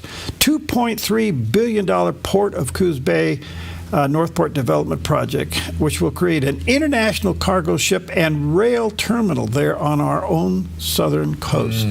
This is a big deal. Well, why am I bringing this up? Because our Oregon legislature has set $100 million to start the dredging in preparation for the shipping terminal. So they have to dig it down a little bit, okay? And so our legislature sent $100 million up there to help us. Well, thank God for promoting business. Mm-hmm. This is big. It not only will be for shipping and shipping containers and shipping of all kinds of things, take a lot of pressure off of Portland, Seattle, and down to San Francisco, all the way to L.A. And it's going to be supported by a rail terminal on top of it. I want to ask that. Is this a new infrastructure addition of the rail terminal? Well, you remember they wanted to bring the rail through, and it got stopped with all the environmentalists because it was carrying coal or something like that. And they were afraid that the coal dust was going to upset, ants or something. Okay. Yeah. And they finally worked their way through all that nonsense. Okay. But I got to tell you, the residual effect, they're talking about 2,500 permanent jobs this is going to create. Do you know what that means to the town of Coos Bay? Yes. Then you add the trucking industry. Then you add they need homes, and then they need more shopping, and they need this, and they need more schools. This will be a boost to the Southern Oregon coast that's really been hit hard for. When the timber industry got hit in America, the Southern Oregon coast really got hit. Oh man, big time. So this will improve medical. It'll improve trucking. It'll improve jobs. It's just the residual effect of this happening. So I want to commend our legislature for seeing the potential of this and the future of this by investing in helping to do the initial dredging to get the channel a little deeper. Yeah. To get ready for it. Isn't that cool? Yes. All right, let's take a look at Wall Street for Monday. And thank you, Preston. He's the man. He has SmartLine. If you're smart, you'll call him. The Dow's off a little bit, 80.5 points. The Nasdaq down 105, and the S&P down almost 21 points. Is this tariff talk? It's probably the tariff talk. Yeah. Yeah, it's never a hot topic. Yeah. Gold's at $33.25. Silver is just under $37, $36.78. And crude oil's up about 40 cents, $66.38 a barrel. So that's kind of what's happening there. All right. Well, on Newsmax's Saturday report, Texas Lieutenant Governor Dan Patrick talked about standing on the rock of our faith following the devastating flood in Texas. Imagine this, the Guadalupe River rose 26 feet in 45 minutes. Wow. And since it was a dry bed, a lot of rocks in there, of course, that was like a flume. That water just came powering down through, taking everything in its way. And our focus is on these children and for their parents to have closure. Hopefully there's still a miracle. Maybe there's a child somewhere in a tree that we haven't seen or found yet. But we are in rescue and recovery mode. But the president has offered to help, and they're sending in resources, and we greatly appreciate that. Texas has, I would argue, probably the best emergency management team in the country. We have several places where we stage equipment, stage people. It's a very large operation run through Texas A&M University. And so we already had assets in the area. And by the storm hit around 5 in the morning, that's when within 2 hours, we had people on the ground. At one point in the morning yesterday, we had 400 to 500 people there, state troopers, National Guard, game wardens, local elected, the sheriff's department, you name it, the fire department. Everyone was working together. Wow. And I think we had over 300 air rescues yesterday. I wish we'd had 27 more for these missing children. Sure. Times like this, you have to stand on your rock of your faith. This is when you're tested. Amen. And those who love the Lord, those who have given their life for Christ, those who believe, or whatever faith it may be, who really believe in their God, this is when you have to trust in God, because we don't have answers for times like this when such a tragedy impacts so many innocent people. So we stand on the rock of our faith and we go forward. Wow, that was not a pastor talking. That was the lieutenant governor of the state of Texas. Well, there you go. That's awesome. It really is. And it really does boil down to that. And it doesn't take away the pain and the question marks. Right. But it does bring into perspective, you have to trust God in all of this. Absolutely. Well, the only thing I can say is that this is a pretty amazing time. And be praying for all those folks in Texas. This is horrific.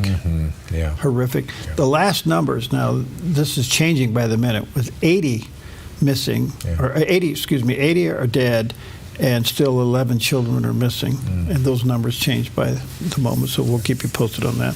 All right, we'll take a quick break. We'll be right back. When you get lonely, no, I'll never leave your side. And don't go thinking you're the only one that can get it right. Yeah, you got my... Your yard is where life happens, but it can be muddy and hard to maintain. Enjoy a maintenance-free artificial turf lawn all year round with SmartLawn LLC. No mowing, no fertilizing, no watering. Our synthetic grass is beautiful and resilient. It's certified to be lead-free, and there's no need for pesticides. Safe for your children and pets. SmartLawn LLC has all your artificial turf and putting green areas covered beautifully. 541-941-3538. July is Wild About Wildlife Month, and it's a wild night every Wednesday. With kids' tickets half off at Hellgate Jet Boat Excursions. Every Wednesday, it's a wild river experience with exciting jet boat spins and dinner at the Hellgate River Lodge. Plus, kids get their own adventure pack and a chance to meet real animal ambassadors from Wildlife Images. Get on board for a night of wildlife and adventure with the Ultimate Kids Night. Call now to book. Some restrictions apply. Visit hellgate.com for details. At Sweet Tea Express, we've got you covered. Order at the counter and our friendly service staff will do the rest. Burgers, salads, sandwiches, barbecue platters, sides, and more. Smoked, grilled, and served to perfection. Sweet Tea Express. Breakfast, burgers, and barbecue. Answers with Bayless Conley. Answers to strengthen your faith, to know God better. He suffered for us in our place. Watch Answers with Bayless Conley, Tuesday, Saturday, and Sunday on the Dove TV. In a time when our culture faces unprecedented challenges, Alex McFarland addresses the hard-hitting questions about faith, morality, and culture. I want to talk about the role of a Christian even in a hostile culture. Helping you to be equipped to defend the gospel through Christian apologetics. We are to present, explain, defend the gospel. Catch Alex McFarland Tuesdays and weekends on the Dove TV. Encouraging and informative. Good morning to you. How you all doing out there? Okay, well, the president and the prime minister will be meeting in Washington, D.C. today. I think there are several things on the table. Do they finish the job with Hamas? Do they negotiate for hostages? Now, you got to remember one thing Hamas has. Hostages. Yeah. And the decision that Prime Minister Benjamin Netanyahu has been hunted with all of his life is, what do you do with this? Right. You know, Right. Do we sacrifice the hostages to finish eliminating Hamas? I mean, it does boil down to that very difficult decision. And then there's still problems in Iran. Yes, their nuclear program's been set back maybe for a very long time, but it's not done. And so that has to do with the regime change. All this, plus the floods in Texas, are the topic with CBN News Watch this morning.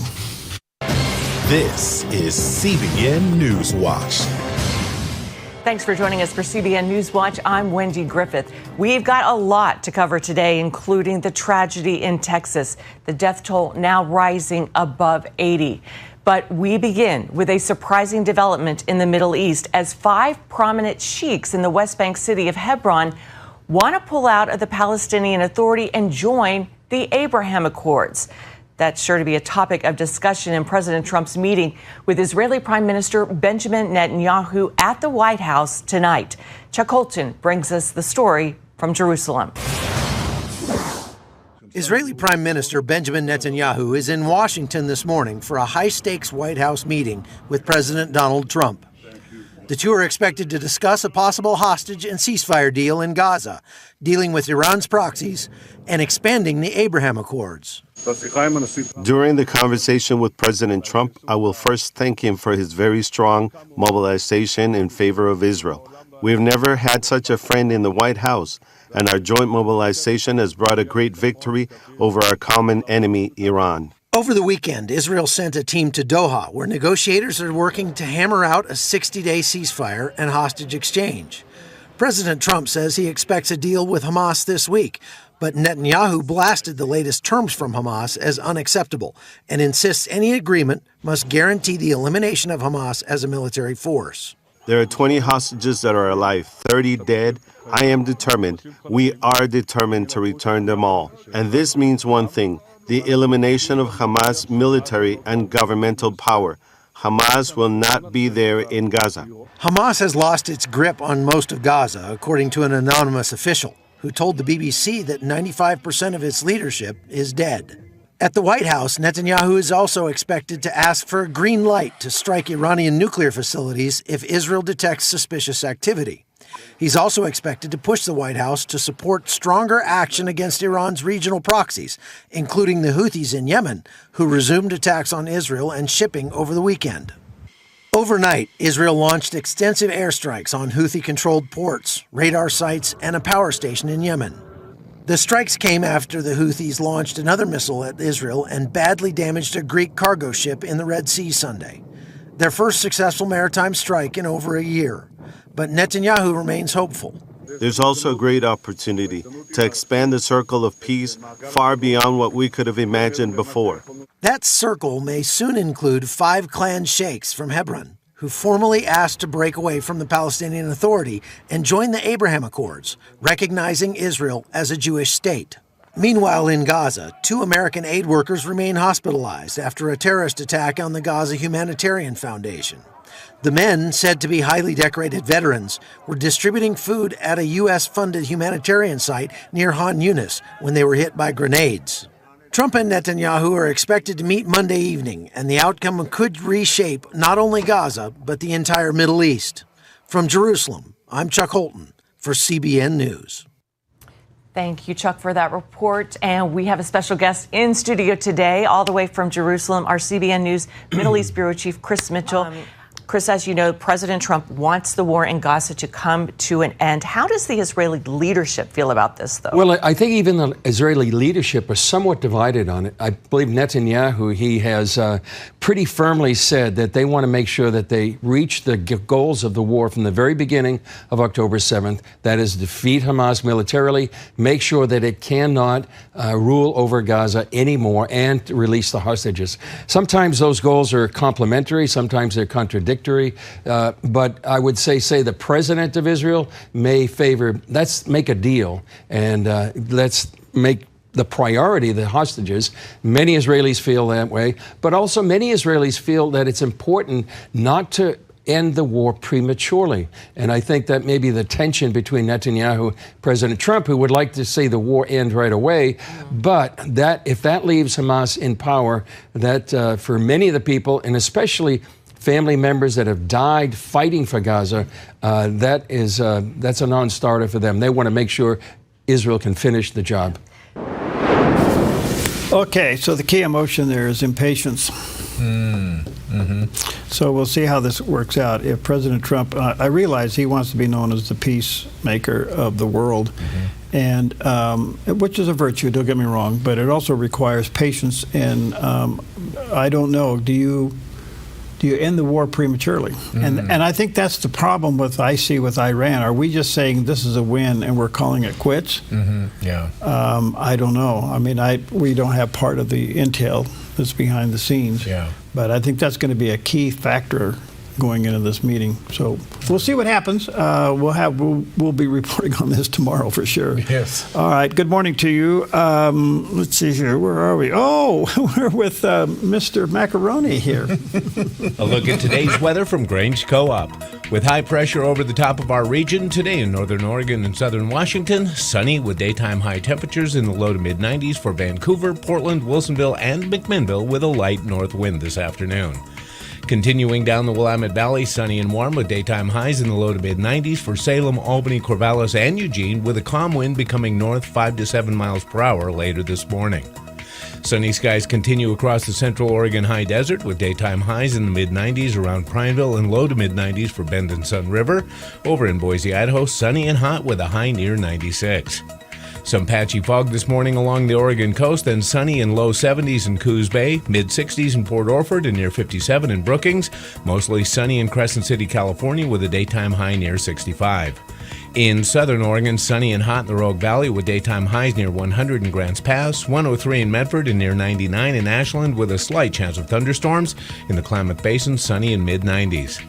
Into northern California, sunny, then a slight chance of thunderstorms in upper 90s in Wairika. Sunny and hot in Redding with a high near 100, near 97 in Chico, and low 90s and breezy this afternoon around Sacramento. In the Bay Area, patchy fog, then sunny in mid-70s in Santa Rosa, becoming sunny in Napa with a high near 75. Gradual clearing in San Francisco, becoming sunny with a high in the mid-60s. And today in San Jose, sunny and low to mid-80s. A look at your Monday weather from Grange Co-op. Hi, good morning, Southern Oregon this morning. Hot and dry, folks. Please be very, very careful out there. Well, you know, when we say something is the best, we oftentimes use this as the point of reference, and it was sold for the very first time on this day in history. On July 7, 1928, something quite revolutionary happened in the small town of Chillicothe, Missouri. At the Chillicothe Baking Company, a fresh loaf of bread was sold, but this wasn't just any loaf, it was pre-sliced.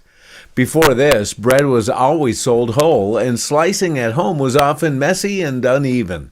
But thanks to the invention of Otto Frederick Rohwedder, everything changed. He had developed a machine that could slice loaves of bread uniformly, and to solve the problem of slices drying out too quickly, the bakery also began wrapping the bread in wax paper to keep it fresh. For the first time, bakeries could slice and wrap bread automatically, offering customers a product that was neat, convenient, and ready to eat. The impact was immediate and far-reaching. The innovation was groundbreaking and actually changed the consumption habits of Americans, and from that moment on, daily life truly wasn't the same. After all, as the saying goes, it was the best thing since sliced bread. Well, it was sliced bread. It is. But that's a phrase that we all know well, and it happened on this day in history. Well, I tell you, there's nothing like slicing a slice of Anna Chase homemade sourdough bread. That is good. It's just crunchy enough that when you toast it, it's wonderful. You know, I remember wandering into my grandma's house just accidentally as she's pulling bread out of the oven.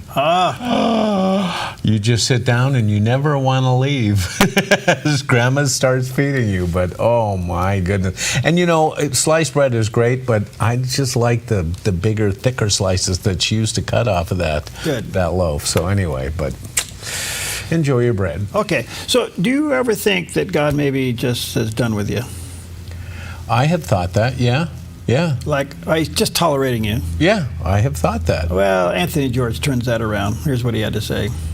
This is what I love about Jesus. Jesus doesn't just see us where we are. He sees us where we could be if we yielded to him.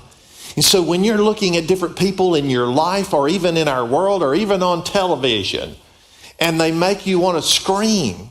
I do this sometimes when I watch clips of The View. And if I'm not careful, I'll get hatred towards those ladies that say such diabolical things. But then I think about one of them. She's kind of right in the middle. You know what I'm saying? She's kind of right there in the middle. She's got the most vile mouth and the most wicked spirit. And I say, yes, but oh, what if Jesus got a hold of her? Man, wouldn't that turn the world upside down? She would have real joy in her heart if Jesus got a hold of her. So all I'm saying is we've got to look at people the way God does. You don't look at them for where they are. You look at them for who they can become if they give their lives to the Lord Jesus Christ. That's what Jesus did. Now, listen, there is a lot there. And, there's a ton there, yes. And you got to give him credit for saying it. Yeah. But he's absolutely right. I think one of the great things that we could do to tone the volume down and the anxiety down is those who we disagree with, could we look at them potentially, what God could do with them if they came to Christ? So we don't have to agree with what they think or do or believe. But could we look at them differently and just say, you know, what an amazing testimony this could be. Yeah, you know. True. So anyway, but the one right in the middle.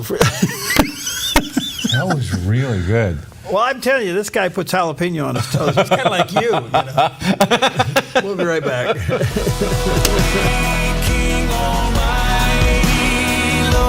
Saints and angels all adore me. Join with them and bow. At Kelly's Automotive Service, being good stewards of what God has entrusted to us is at the core of our business. We believe what we do matters. Every interaction, every transaction is another opportunity to bring Christ's values into the marketplace. If you're a technician who wants to be part of something bigger, or just looking for a new shop to bring your vehicle, we would love to meet you. We're Kelly's Automotive Service, where we service your vehicle, but take care of you.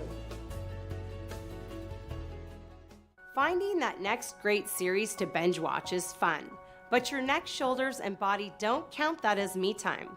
Hi, I'm Tamara Miller, owner of Organic Element Spa, and I invite you to put down the remote, get off the couch, and schedule yourself some real me or we time with your favorite service, like one of our many massages, couples massages, or facials. Your health, safety, and comfort are always top priority with us at Organic Element Spa. We can't wait to see you. Book your appointment today. Answers with Bayless Conley on the Dove TV. The root of sin was so deep, and the distance between God and man was so great that nothing short of the blood of God's own Son could remedy the situation.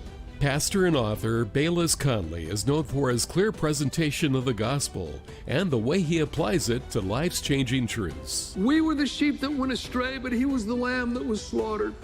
He suffered for us in our place. He shares answers he's found years ago when trying to find fulfillment in his own life. After chasing everything imaginable, he discovered true lasting hope exists only in a relationship with Jesus. I'm going to share a secret with you that if you'll listen and if you'll apply it, it will change your life. Get answers to life's biggest questions with Bayless Conley, Tuesday, Saturday, and Sunday on the Dove TV.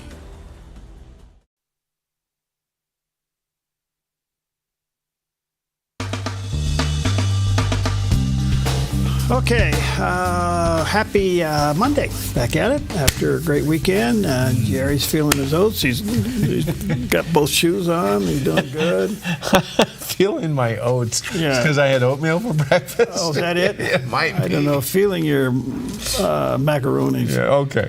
All right. Well, let's talk about Jerry's other hometown, better known as Las Vegas.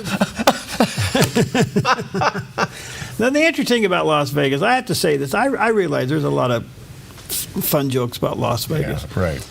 But whoever is running the place is pretty smart. Yep. Because it's now become the destination resort. Three big things: convention centers, conventions. I mean, conventions come from all over the world to go there. Why? Because they have the hotels to house it, and they got the space. And now they just opened up the new convention center, which is just amazing, absolutely amazing. You got the gambling, which has always been the main attraction, but it's kind of like, it's an attraction, it's not the main attraction. Okay. And then you have entertainment. And since they put in the Sphere, they got the Oakland Raiders to come there, and now they got the Oakland A's to come there. Yeah. I mean, they got it coming and going. Yes, they do. I've always wondered, though, how they got enough water to handle the place. Yeah, yeah.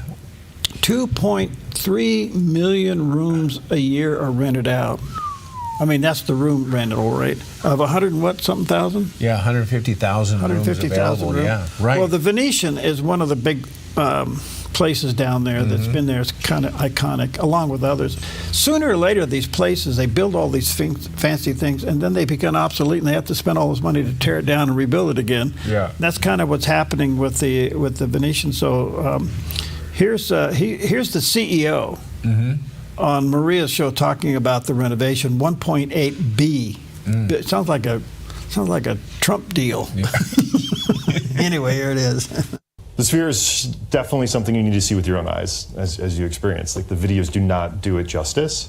And for us, the Sphere at the Venetian has been an absolute game changer. It creates a center of energy on the north side of the Strip, and allows us to program, or the Sphere programs, these events. Look at this shot. This is all video. This is the Sphere. That's video. I mean, if you take down the banner there, because you can't see the band is on the bottom, and everything else is video. I mean, it's really. It's spectacular. It's 18 to 20,000 people through the resort every Friday and Saturday night for these shows, and it's a great addition to the Vegas skyline and to the Venetian. So, I mean, Las Vegas, one of America's entertainment capitals. So you've got the Sphere, but you've got 40 million visitors last year, spent upwards of $55 billion. Are those numbers trending down this year at this point? So what are you seeing in terms of tourism today? Yeah, through April, we're seeing visitation down slightly in Las Vegas. I think there's some uncertainty, and really the way we see that manifest is through shortened booking windows. So people are delaying their decisions to travel, where by now everyone would have made their decision, booked their rooms for, say, June through August travel. They're waiting until they know the money's in their bank account and they feel a little bit more comfortable making that decision. So but they are still spending. They're spending, or we're seeing the demand show up. It's just a completely different booking window than we've seen historically. Very interesting. Have you been to the Sphere? No, I've been by it. I walked by it. But Yeah. the only thing I can say is that this is big business. It's all numbers. Oh, yeah. Okay, and the thing of it is that you want people to stay at your resort so they spend all their money there. Right. You go visit the other ones. Yeah. But once you're inside one of the, if you ever walk in one of these, you just kind of walk around. You're just, I mean, it's just opulence on steroids. Yeah. Yeah. You know? And you stay there and you eat there and you do all this stuff there. So Over 41 million visitors last year to Las Vegas? That's crazy. Well, it is. I'm surprised it's not even more than that. Yeah. I mean, Well, the planes are coming and going. Yeah. It's a crazy time. So Okay. Well, and they have obviously tried to gear towards families. Yeah. And I was surprised at the numbers.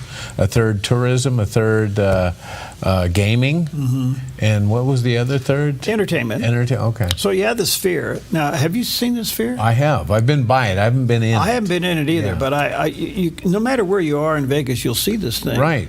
Yes. And how they control the outside of it is just absolutely staggering how they do this. And in the middle of the daylight, it's still doing things. Absolutely. You got a happy face that kind of goes around. I mean, I don't. Yes. It is one of the great electronic inventions, I guess. Yeah, and then they put bands in there and have concerts, and they have a concert experience like nothing you've ever gone through. It is the place to go. My goodness. Okay, if you get invited to the Sphere, you've made it, I guess. You know. Yeah. Then down south, they put in the big stadium for, and that's where the stadium itself. I would imagine in the very near future. Las Vegas being what it is, probably a Democratic National Convention will be down there at the stadium. And they're built, obviously, the Raiders are in their stadium now, and they're building the stadium for the A's. Yeah. And that should be ready, maybe not next summer, but the summer afterwards. Yeah. And the tram system, they're going to connect the tram system from one end to the other. Yeah.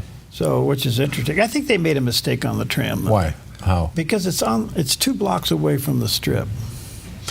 Oh, so okay. If you get on the tram, you see a lot, but you see the back of everything. Yeah. I don't know why they didn't put it right down the middle of the Strip. You know? But anyway, look, it's a crazy place, but it's been around for a long time, and there it goes. All right, well, listen, so much for that craziness. Coming up, I got some great guests coming up. Spencer Morrison will be back with us, and he's the author of Reshore. What's that? Tariffs. Now, as you know, the president announced this morning, in fact, he's sending out a bunch of letters to all the people about the tariffs. He's basically saying you have to Wednesday to respond if you're going to make a deal between now and the 1st of August. That's a tight timeline. Yeah. And so, as you know, he's used tariff as bait. He throws it out there on the end of the line, and then when they bite it, you know, he reels it in a little bit, reels it in. Yeah. So, Let anyway, me ask you this. Do you expect to see a number of deals struck this week? Well, in the next 2 weeks, In the next 2 weeks, There'll be some kind of a settlement going on. I think so.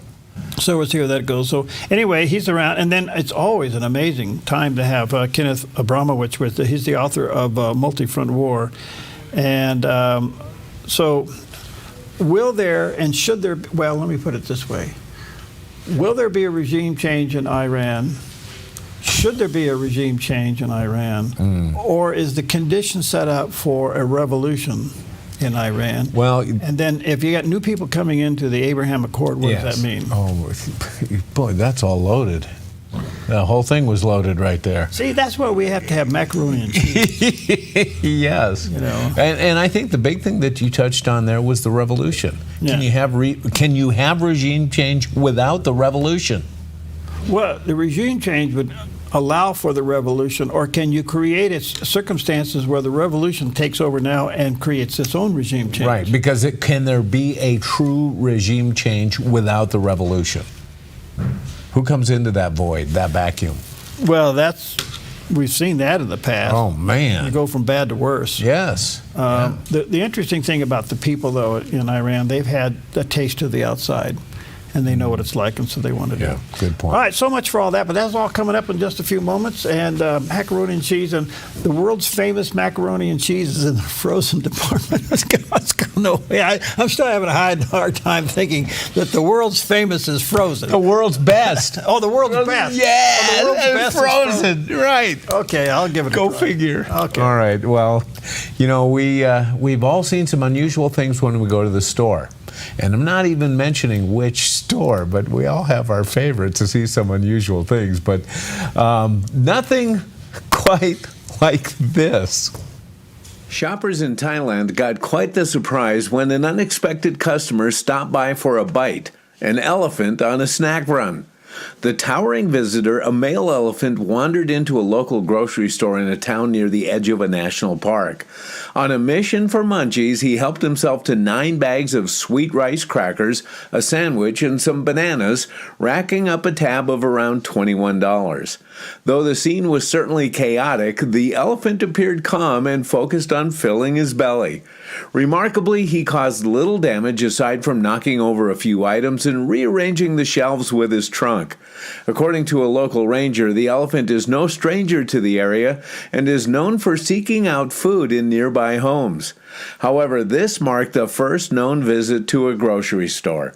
After his snack break and backing out of the store, rangers gently guided the elephant away from the store without incident. Especially for those who are watching on radio, that was amazing because the store was kind of like a convenience store, kind of like a 7-Eleven with a low ceiling. Yeah. And that elephant's back and its head was literally at ceiling level, walking around through the store. If you've ever been to Thailand, they have these open stores. They're like open markets. Oh, yeah. So this is like, you know, the pet elephant that comes in, the local elephant. He knew his way around, too. Yeah, he's going where the good stuff goes. All right. All right, Luke chapter 18, verse 27. Think about this today, all right? The things which are impossible with you are possible with God. This requires an attitude change. If you're facing something that seems to be impossible, go to the impossibility specialist, and he can make the impossible possible. Amen. All right, Luke 18, verse 27.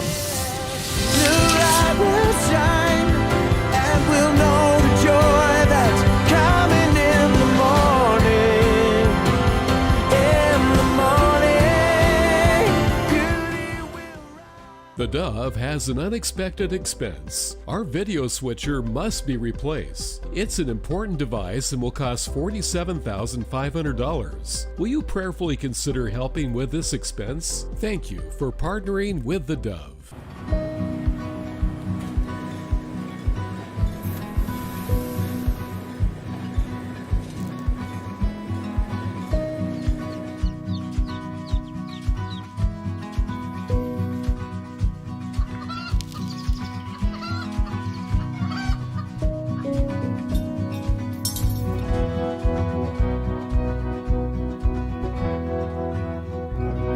Co-op, where big ideas grow. Hey, this is Ed, co-owner of Visiting Angels. To continue to serve our seniors, we need more caregivers with a heart to serve. Our mission statement is honoring the art of giving, which means we honor you, the caregiver. We know it's our people that make Visiting Angels the best in-home care provider and a great place to work. Come be our next amazing caregiver. Give us a call or apply online. At Visiting Angels, we're committed to you because we honor the art of giving. Chris Silva understands your home and your commercial buildings are two of the largest investments most people make in a lifetime. One is for your family, the other is to support your family financially. That is why Chris Silva Painting goes the extra mile to protect both homes and commercial buildings with proper painting preparation and high-quality primers and paints. Serving Southern Oregon since 2006, this family-owned and operated business has painted over 1,000 homes. Chris Silva Painting offers an industry-leading 5-year warranty that covers materials and labor on all painting projects work for both residential and commercial buildings, both interior and exterior painting. Chris and his crew are courteous, they are efficient, organized, timely, and clean. Chris Silva Painting also offers military discounts. At Chris Silva Painting, our mission statement is to bring Christ's heart and principles to our customers and our job sites. We do that with honesty, integrity, and hard work. We don't cut corners, we paint them. CCB number 176097. Chris Silva Painting, 541-890-3960. Watch the 700 Club every weekday.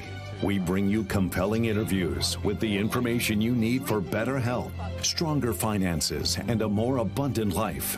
Every day you'll hear inspiring stories from right here at home and across the globe. We cover the issues that matter most to you and your family. For thoughtful analysis and insight into the news of the day from a biblical perspective. Watch the 700 Club Monday morning at 11 on the Dove TV. The Dove has an unexpected expense. Our video switcher must be replaced. Will you prayerfully consider helping to replace this important equipment? Thank you for partnering with the Dove.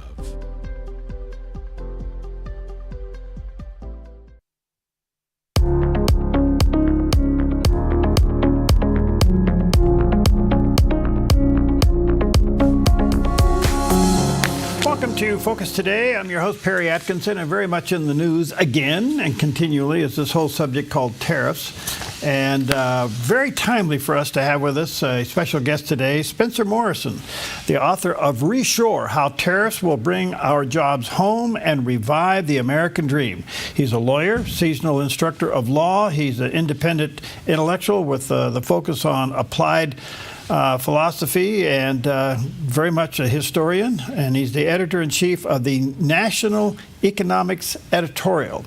And there's a picture of the cover of his book there on the screen called Reshore. And he does have a website, realspmorrison.substack.com. So there's a lot there. Again, realspmorrison.substack.com. Spencer, good to see you. How are you, friend? Hey, Perry, I'm doing very well. How are you? Good. Thanks for your time. We value it greatly. Well, first of all, give us a snapshot of your book, Reshore. Well, very simply, this is sort of like Thomas Paine's Common Sense, but for economics. So what I do is I break down complicated economic theory and doctrine, and I bring it down to your ordinary day-to-day life. How does the economy affect you? In particular, I look at the question, how tariffs are going to bring the jobs home. Okay. Why do you think tariffs are so controversial when you see the positive side of it? Well, tariffs are controversial because there's been 50 years of propaganda against tariffs, quite frankly. You got to remember, ever since 1974, America has run a large chronic trade deficit. The cumulative value of this trade deficit is over $28 trillion. It's a huge amount of money. And that's been bought and paid for by selling off assets like real estate and farmland and stocks, and by debt, by selling debt. So there's an awful lot of money, $28 trillion, has been taken from the American consumer, shuffled around in the developing world like China, and then brought back in through Wall Street. So there's a lot of money to be made in promoting this sort of global free trade. The problem is that it's not in America's best interests. It's totally destroyed the economy. What's interesting about this, Spencer, really the decline of the American manufacturing. President Trump, in his very young days, when he was more on the entertainment side of things, and he would go to those national talk shows, he was on Oprah, he was on all these things, and he had this in his cross, so to speak, that we were being ripped off. He saw something very young, as a young person, that we were being ripped off, and now it's being played out because he's president. He saw then the decline of the manufacturing sector of America. The question is, was it really over cheap labor, or was this intentional? I mean, I think cheap labor played a part in the same way that the ability of producers to undermine American environmental and other regulations, all of it plays a part. There's no question that it's cheaper to manufacture in China. But ultimately, it was a deliberate policy. You think about from 1789 all the way for the next 150 years, America had strong tariffs and protective policies to defend its industry. Throughout the 1800s, the average tariff rate was over 30%. It was the highest in the world. So it was a deliberate dismantling of these trade policies under which America was successful. So I think it's no question that it's been orchestrated. Okay, so here comes a different thinker, President Trump. wants to stop it. He seems to be winning, but do you think America sees what it really is? Well, the problem here is that it's really just President Trump. Congress is not, in particular, on board with tariffs. I mean, we saw about a month and a half ago, Senator Rand Paul tried to undermine the tariff regime. The judiciary as well. There were all these injunctions to prevent tariffs. So really, there's whole branches of government that are aligned, unfortunately, with the interests of these foreign producers, in particular China, and the interests of sort of this Wall Street financial class to undermine tariffs and to undermine sort of populist economics. So there's huge problems here that need to be addressed, and unfortunately, President Trump is the only one really addressing them. All right. I want to come back to something pretty simple. Today, he mentioned that he's going to send to the countries that haven't made a deal yet. You got till August 1st, or they're going to be kicked in. We've seen how he uses tariffs to bring people to the table. It's kind of a brilliant move. Where do you think this is going to go? I mean, he's giving basically people a 2 weeks warning to come to the table. What do you think is going to happen? Well, I'll tell you where I hope it goes. I hope the tariffs that were announced on April 2nd are reinstated for most of these countries. I think it's obvious at this point that they don't want to play ball, that they don't want to have more fair trade with America, because they've been sort of growing fat off the hog for the last 50 years. So what I'd like to see is higher tariffs. What I think is going to happen is a lot of countries are going to do the math, and they probably will come to the table, sort of like how the United Kingdom and Vietnam have done so. Those who don't, who suffers? The American consumer, or does the country suffer? Well, the American consumer and the American people are suffering right now. I mean, you think about since China joining the World Trade Organization in 2001, we've lost over 60,000 factories that went abroad. We've lost over 5 million manufacturing jobs. Those jobs went abroad. On top of that, the loss of the factories has caused a spillover into the services sector. There's been another 5 to 7 million jobs that have been lost there as well. So the American people are already suffering from unemployment, from deindustrialization, and then, of course, from rampant inflation and low-quality goods that are flowing across the border. I think the key to solving these problems is to bring the jobs home, to revive the manufacturing industry, and to get America's economy producing goods again. Because right now we're just living off of debt. We can't live off debt forever. We have to actually build stuff to have a functional economy. That's what tariffs are all about. Okay. So the old saying, we have to go up before we go down, so to speak, in the way of cost of living or the price of goods.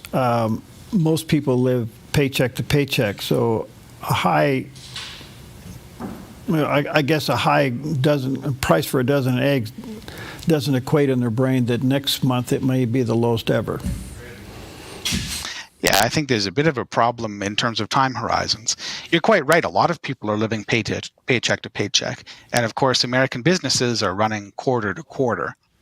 The problem is that when you take these short-term shortcuts, say, for example, by offshoring an industry to a foreign country, sure, you get some benefit in the short term because it's slightly cheaper often.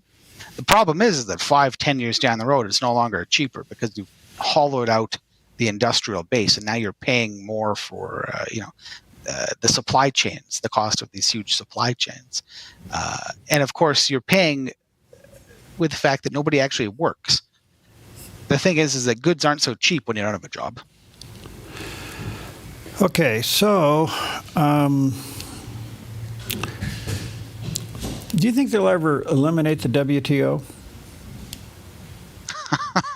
All of these international organizations, I think when they're brought in, they're here to stay. It's sort of like bringing in a new, alphabet soup of a government bureaucracy. Everything they open up, it sticks around forever. That doesn't mean that it has to be relevant, and it doesn't mean that America has to partake in it. But we're watching the clear unnecessary involvement in the WHO. I mean, that one could take a blow.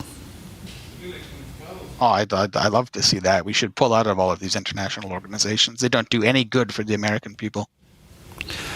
Okay, so here we come back to tariffs. Let me go way out there for a moment. What happens if President Trump never took this issue on? He left the tariffs the way they are, and he comes in and runs things as normal politicians. Where would that ultimately lead?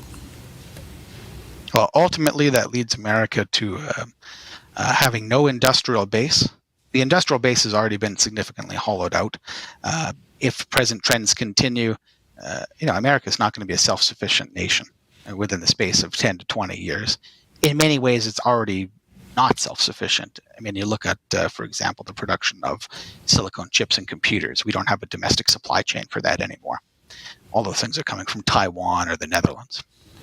And this is a huge problem because if you want to have a successful independent country, you need to manufacture, the necessities of a modern economy, which we just don't do. So really, it would only get worse. And then on top of that, purchasing power for the American people would continue to decline. We've seen declines ever since 1974, and in particular after 2001 when China joined the World Trade Organization. Recently, the president's really touted his ability to attract major companies to come into America and invest billions. We're talking billions. Isn't that the beginning of some kind of a return to American manufacturing? Yeah, I mean, big things start small, right? An oak tree comes from a small little acorn. So I think what we're seeing is really positive. I think it's very, very important to remember that this is not going to be a 2-year program. We need to be thinking 10, 20 years down the road. So it's important that Congress take up the reins and ensure that tariffs are codified into law. And they need to be high, and they need to be stable across the board. At the end of the day, labor is a big part of this, and the modernization and the consolidation of big companies eventually go to, remote robots, all that. Where do you see that going? Well, automation is a really interesting question because people tend to think that, this is a big piece of misinformation. People think that we're losing these manufacturing jobs because of automation. In reality, automation has been an ongoing process for centuries. American factories, for example, between 1950 and 1973, were getting more productive every year by about 4%. And that number has actually not increased in the last 50 years. What changed was the fact that we started offshoring the production abroad, which means that we're not producing as much as we used to, or the growth of our production is not keeping pace with the automation. And as a result, it appears like we're losing jobs to automation, but in fact, those jobs are being lost to offshoring. Okay. All right, let me take a quick break here. Let me say to our viewers and listeners, Spencer has a book out. You may want to read this, Reshore, How Tariffs Will Bring Our Jobs Home and Revive the American Dream. There's a picture of the cover of the book on the screen by Spencer Morrison. He does have a website, realspmorrison.substack.com. We'll take a quick break. We'll be right back. At Sweet Tea Express, we've got you covered. Order at the counter and our friendly service staff will do the rest. Burgers, salads, sandwiches, barbecue platters, sides, and more. Smoked, grilled, and served to perfection. Sweet Tea Express, breakfast, burgers, and barbecue. Finding that next great series to binge watch is fun, but your neck, shoulders, and body don't count that as me time. Hi, I'm Tamara Miller, owner of Organic Element Spa, and I invite you to put down the remote, get off the couch, and schedule yourself some real me or we time with your favorite service, like one of our many massages, couples massages, or facials. Your health, safety, and comfort are always top priority with us at Organic Element Spa. We can't wait to see you. Book your appointment today.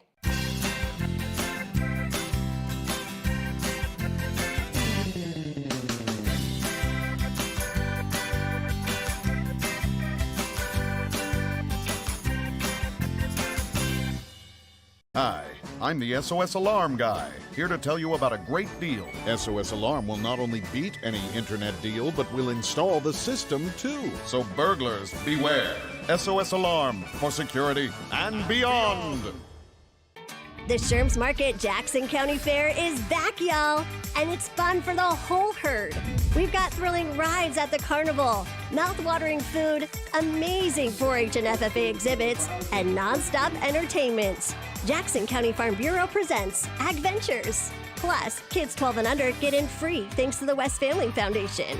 The Jackson County Fair. It's fun for the whole herd. Get your tickets now at theexpo.com. Interviewing newsmakers, experts, and a who's who of ministry leaders over 21,000 times, over 40 years. The Dove's Perry Atkinson. Tap into his experience and knowledge right here on the Dove TV.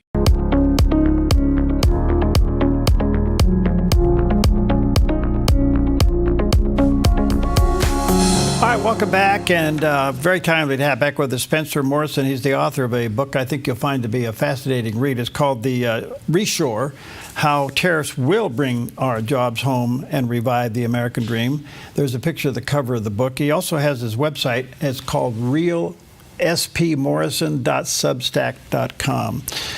Okay, Spencer, let's just do the basics here, because most people who don't understand tariffs, or certainly those who are against them, are saying, well, at the end of the day, if the company can't sell their products overseas, their business is going to go down, and therefore people will be laid off. You argue that tariffs will bring back more jobs. Can you give us the simplicity of your argument? Yeah, it's really, really simple. So a tariff is a tax on imports, ultimately. So it raises the cost of imported goods. What this does is it creates more demand for domestic production. So the idea is that if we can normalize the cost differences between doing business in, say, America and doing business in China, people are going to invest their money in America. They're going to produce their products in America. And ultimately, this benefits us, because rather than buy it from abroad, we build it at home.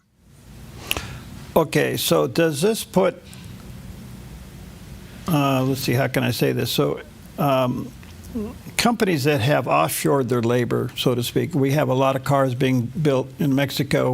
We have a lot of stuff being made and created in China. How do we reverse that?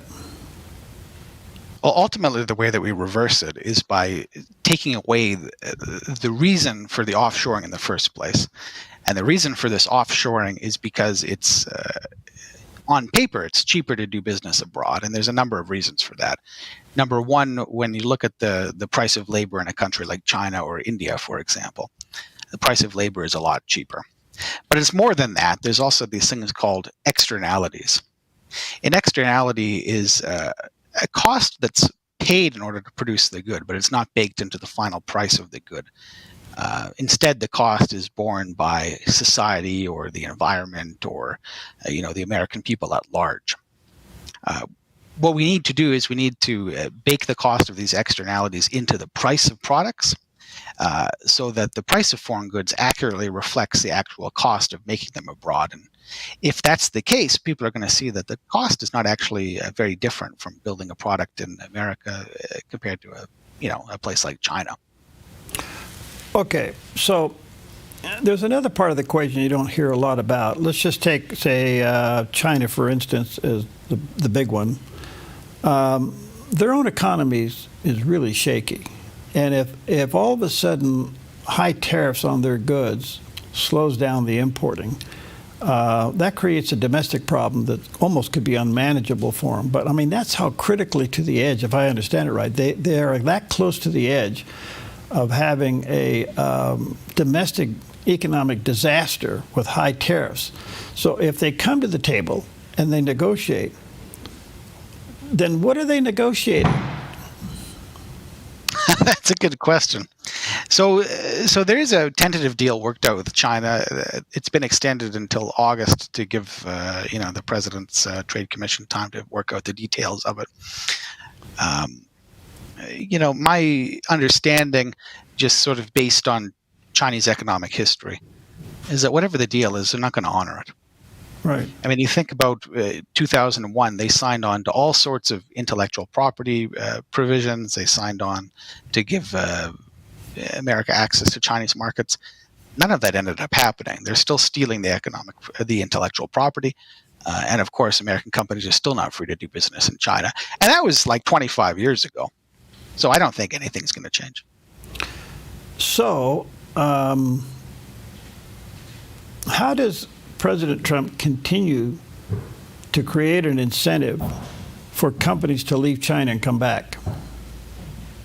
Ultimately, what he has to do is he has to impose tariffs that are high enough to normalize the price differences between America and China.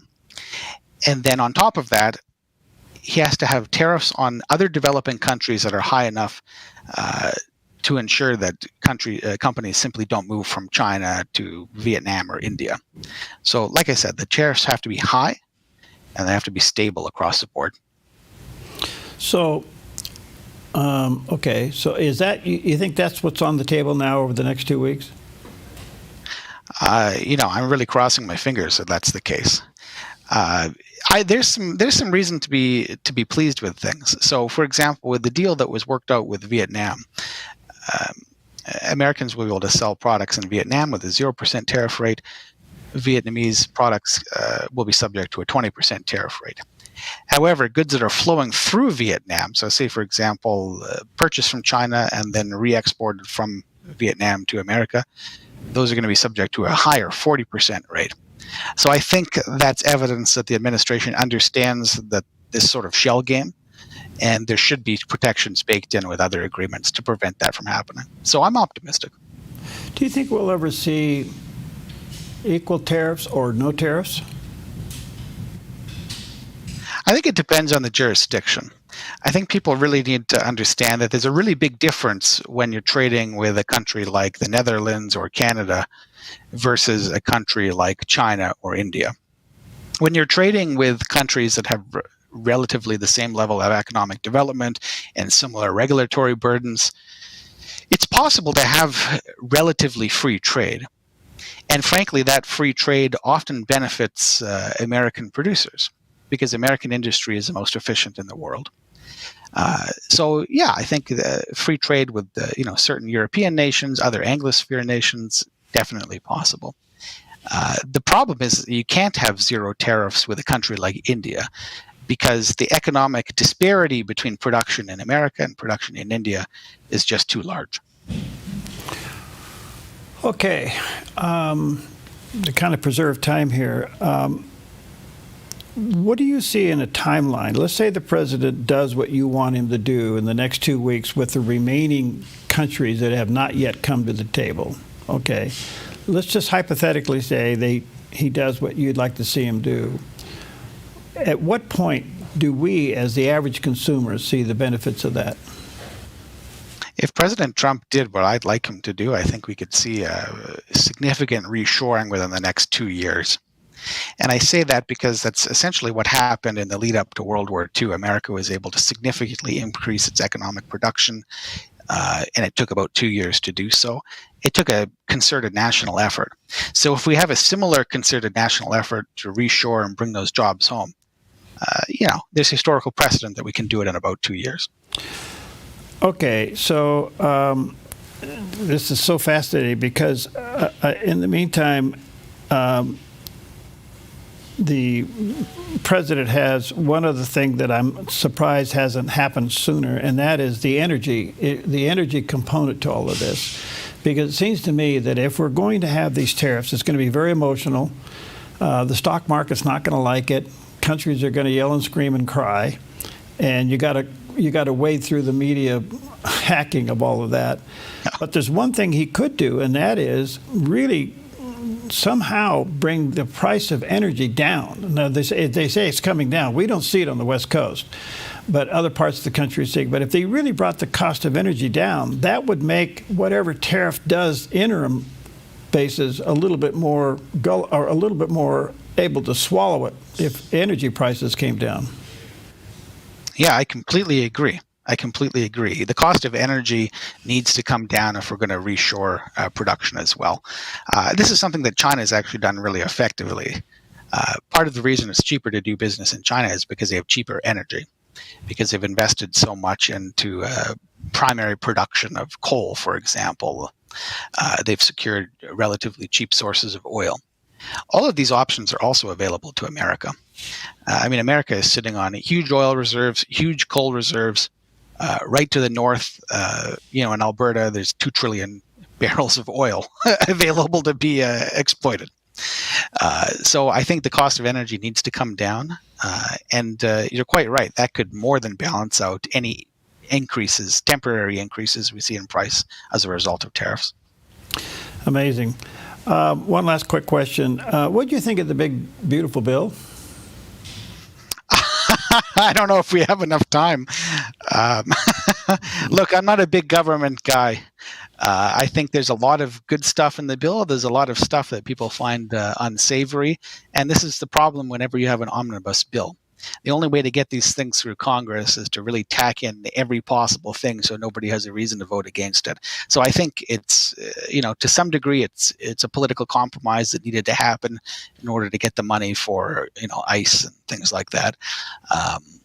Ultimately, what I'd like to see is, the Congress codify the tariffs so that we can take reshoring seriously. Yeah, it's of course the great motivator behind that bill was the previous tax cuts of the first administration, and it was the ultimate hook. If you didn't vote for that bill, you had to go home and campaign on a 68% tax increase. Yeah, you were in a tough spot. Yeah, it's political necessity, right? Yeah. I think we have to be really careful not to be too utopian when we're dealing with Congress. There's nothing utopian about Washington. No, DC. not at all. All right. Hey, thanks for your time. Let me say to our viewers and listeners, check out the book. I think you'll find it to be fascinating. Reshore: How Tariffs Will Bring Back Our Jobs and Revive the American Dream. There's a picture of the cover on the book. And Spencer does have a website, realspmorrison.substack.com, and there's the picture of that landing page. Thank you, Spencer. Good to see you again. Thanks. Thanks a lot. God bless. You too.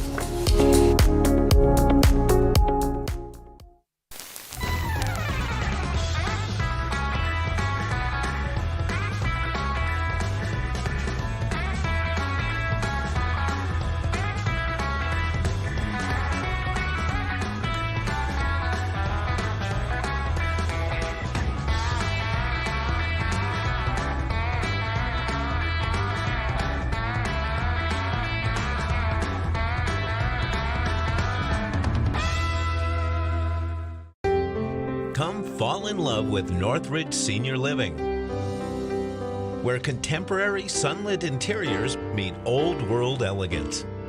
Walk through our lovely hallways and enjoy the fun staff-led activities.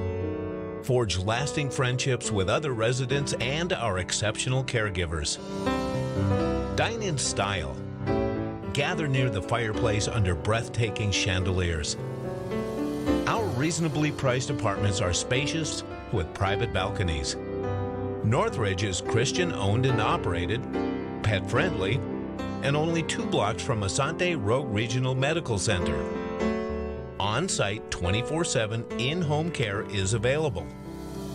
We also offer senior adult daycare where your loved one can spend the day with us and the evenings with you. Northridge Senior Living, your home. Buying or selling a home can be stressful. It's one of the biggest decisions you'll make in your lifetime. That's why it's important to work with someone you trust, someone who has the right experience and knowledge of the market. Hi, we're Patrick and Paulina Leiser with Leiser Real Estate Group. And whether you're looking to buy or sell a home, our mission is to take the stress out of the transaction and make it as seamless and rewarding as possible. Contact us today. We look forward to working with you.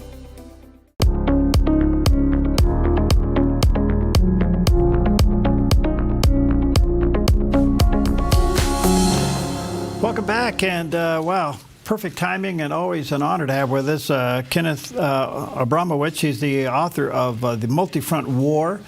defending America from political Islam, China, Russia, pandemics, and racial strife. He's the managing general partner and co-founder of NGN Capital. He has been the contributor to various organizations that are fighting to protect Israel and America from political Islam and the radical left. He is a founder of the SaveTheWest.com, and that's the go-to website, SaveTheWest.com, a website dedicated to saving Western civilization from itself. We'll talk about that. Check that out, SaveTheWest.com. Kenneth, good to see you again, friend. Thanks for your time. How are you? Yeah. Great to be with you. All right, so the president and the prime minister are going to meet today with the purpose of trying to end the war in Gaza and free the hostages. You know the arguments on both sides. What do you think is going to happen here? It's not an easy one. The freeing the hostages is very difficult because dealing with the Hamas, what I call an Islamo-Nazi death cult, is very difficult. And they're down to 50 hostages, of which 20 are believed to be living. So Hamas needs to hold on to those hostages because Hamas is fighting for its life. And so the thought was that if they give up 10 hostages, living hostages, then Hamas will have 10 left, and Hamas can fight over that. Well, what Hamas is afraid of is Israel would say, look, we're tired of talking to you, and we're going to have to write off these last 10 hostages, as painful as that is, but we're going to come in and kill all of you. And that's what Hamas is afraid of, and that's probably why they don't want to give up the last 20 hostages, because it's harder for Israel to come in and accept 20 deaths than it is to accept 10 deaths. So I'll guess that there's a 75% chance of no deal, 25% chance of a deal. And but in any case, it'll be, if there is a deal, that's a 2-month ceasefire, 2-month ceasefire, and then Israel's going to be confronted with the same dilemma of the remaining 10 hostages. And eventually some of the hostages are going to get sacrificed because Hamas is going to get killed and destroyed. Because Israel just has no choice but to do that for the safety of the 10 million people living in Israel. All right, a couple questions come out of that. Do you think the Knesset and the citizens of Israel are prepared to sacrifice hostages? They're not now, and they've been tolerating the Israel's nonstop concessions to the Hamas death cult, and but the population will do what the government does. It's a painful decision. I suppose the population would accept a whole bunch of concessions to get 10 of the 20 hostages out. And then, but ultimately, the society is going to have to come to grips with that 10 hostages are not going to come out. Israel's going to come in and attack. Hamas will kill the last 10 hostages, but in return, Israel will kill virtually everybody in Hamas and finally end this very sad saga. Bear in mind, the key issue is Israel cannot allow Hamas in Gaza, which will then rebuild and come in and kill another 1,200 Israelis and kidnap another 250 Israelis. So that no government can tolerate that anymore. It's as big a tragedy as it was. It's like asking America for a second Pearl Harbor or a second 9/11. Population says, that's it. I'm not playing this game anymore. We're going to beat these bad guys. Do you think President Trump understands that? I think he understands the dilemma facing Israel and the hostages. I think he has some trouble understanding Iran. We can discuss that separately. But I think he's sensitive to the dilemma that Israel faces. I think he wants those hostages back. And if Israel has to wait another 2 months to destroy Hamas, so wait another 2 months. What's another 2 months? The trouble is, if you wait another 2 months, then Hamas plants more bombs and has more forces Israel's soldiers back, and you're going to have a lot of people dead trying to find the last 10 hostages. So it's one of those Every choice is a bad choice. And Israel has to make a decision for itself: is which of the bad choices does it want to make? With the damage done to Iran, has that had any impact on the Hamas mentality? You would have thought that it did, but it didn't. You know, you have to bear something in mind with death cults. Death cults go down with the ship. Look, we saw this, not physically saw it, but just as reading history books.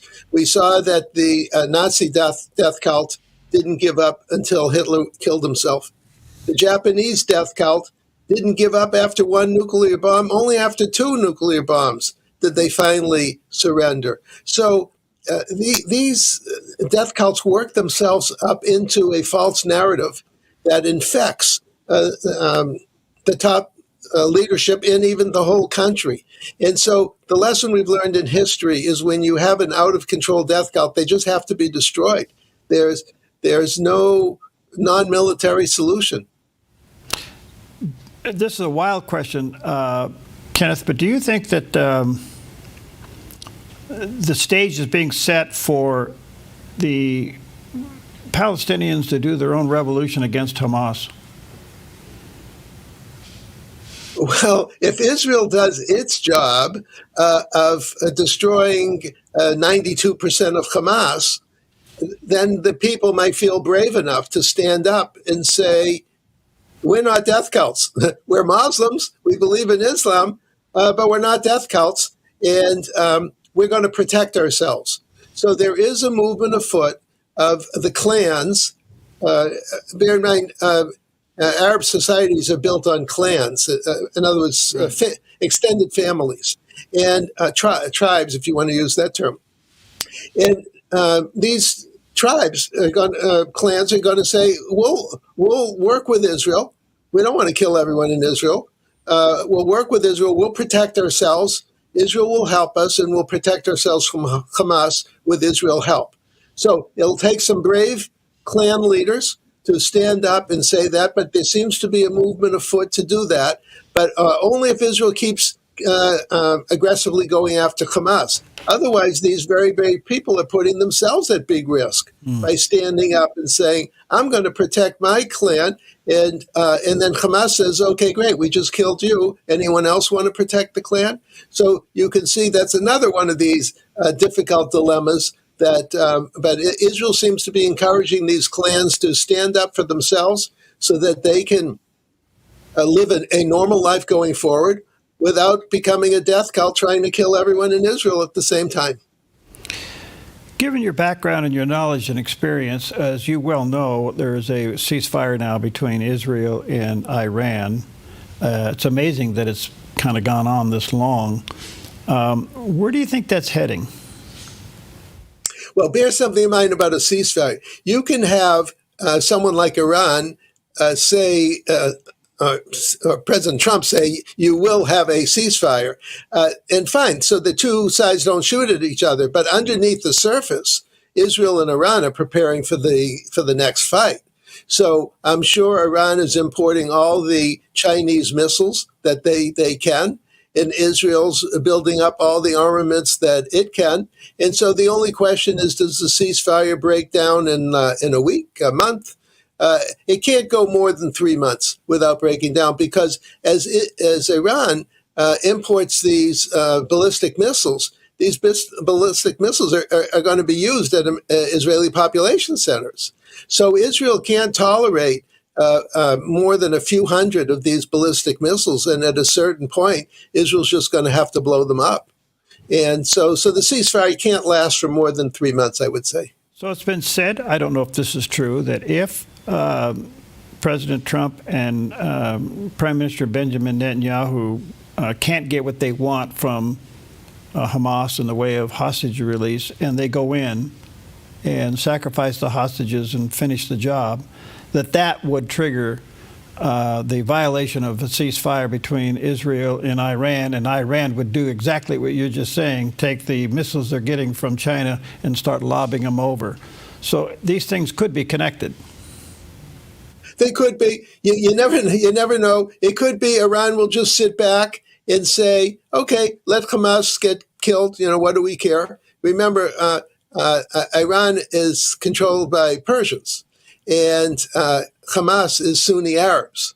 So the Persians running around couldn't care less if everyone in Hamas died. They'd say, great, they were Arabs. We hate Arabs anyways. So I could see Iran just sit back, watch all the Hamas death cult members get killed or captured. Israel gives them a choice, and sit back and say to the Chinese, keep shipping us more missiles. We don't have enough missiles. They had something like 2,500 missiles. And then Israel, and then they shot 500 at Israel, so that leaves them with 2,000. And Israel, I'm sure, blew up at least half, so they're down to 1,000.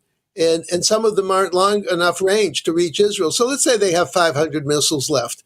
If China ships in another 500 missiles, they'll have 1,000. Well, Israel can't tolerate that. So Israel has some number in its mind, that because they're counting these missiles coming in, and when it gets to a certain level, I'll take 1,000, just to pick a number out of the air. They're going to say, that's it. We're going to blow these things up. So I could see Iran. To answer your question, I don't think they're related. I think what can happen in Gaza happens in Gaza. Iran will just sit back until they have enough missiles to threaten Israel again. Part of the discussion today on the agenda, from what I understand, is to expand the accord, possibly Saudi Arabia, rumors about Syria. I don't know what your thoughts are about that. But how significant would it be for other Arab countries to join the accord in the middle of this mess? By the way, in the Middle East, there's always mess. That's what the Middle East is. Yeah. Mess after mess after mess. And so the other Arab countries, and in particular Saudi Arabia, are looking to make sure that Israel's strong. If there's an expression, people gravitate to the strong horse. So if Israel, which is emerging as the strong horse, beats up Hamas in Gaza and beats up Iran, by the way, think of the Israel-Iran war as like an act in a play, on Broadway or something like that. So this is Act One. Now there's intermission. Everyone's eating their popcorn, but in reality, everyone's preparing for the next war. And so when the intermission's over, the war will resume again. So I think that if you just go out, I'd say by year end, calendar year end, 6 months, the Arab countries will look at Israel as, we better be friends with these guys. These guys are tough as nails. They blew up all the death cults. They blew up Hamas, Hezbollah, the Houthis in Yemen, Iran itself. Now let's be official friends. I mean, unofficially they're friends, but let's officially become friends. I could see that by year end. All right, let me take a quick break. I got some more questions for you. Let me say to our viewers and listeners, check out Kenneth's website, theWest.com, and check out his book, The Multi-Front War. This is very resourcefully researched. I think you'll find it to be pretty amazing. It's called The Multi-Front War, and then the website, SaveTheWest.com. We'll be right back. Will you prayerfully consider helping the Dove with, quite frankly, an unexpected expense? We have to replace our main switcher here at the Dove TV. Now, we weren't expecting that or budgeted for it, but the manufacturer now no longer supports this unit. To replace it's about $47,500. So we're asking you to prayerfully consider supporting us and only do what the Lord is leading you to do. Feel free to give us a call or go online. And please know that together, we really are changing lives for good. Chris Silva understands your home and your commercial buildings are two of the largest investments most people make in a lifetime. One is for your family, the other is to support your family financially. That is why Chris Silva Painting goes the extra mile to protect both homes and commercial buildings with proper painting preparation and high-quality primers and paints. Serving Southern Oregon since 2006, this family-owned and operated business has painted over 1,000 homes. Chris Silva Painting offers an industry-leading 5-year warranty that covers materials and labor on all painting projects projects work for both residential and commercial buildings, both interior and exterior painting. Chris and his crew are courteous, they are efficient, organized, timely, and clean. Chris Silva Painting also offers military discounts. At Chris Silva Painting, our mission statement is to bring Christ's heart and principles to our customers and our job sites. We do that with honesty, integrity, and hard work. We don't cut corners, we paint them. CCB number 176097. Chris Silva Painting, 541-890-3960. Clean water is essential to your good health. Ultra Pure Purified Water has been delivering purified, healthy drinking water to the Rogue Valley since 1995. Locally owned and family run, Ultra Pure Purified Water uses a multi-stage process ensuring your delivery of water is 99.8% pure, so your family stays hydrated and healthy. Online at ultrapurewaterinc.com or call 541-734-0828. 541-734-0828.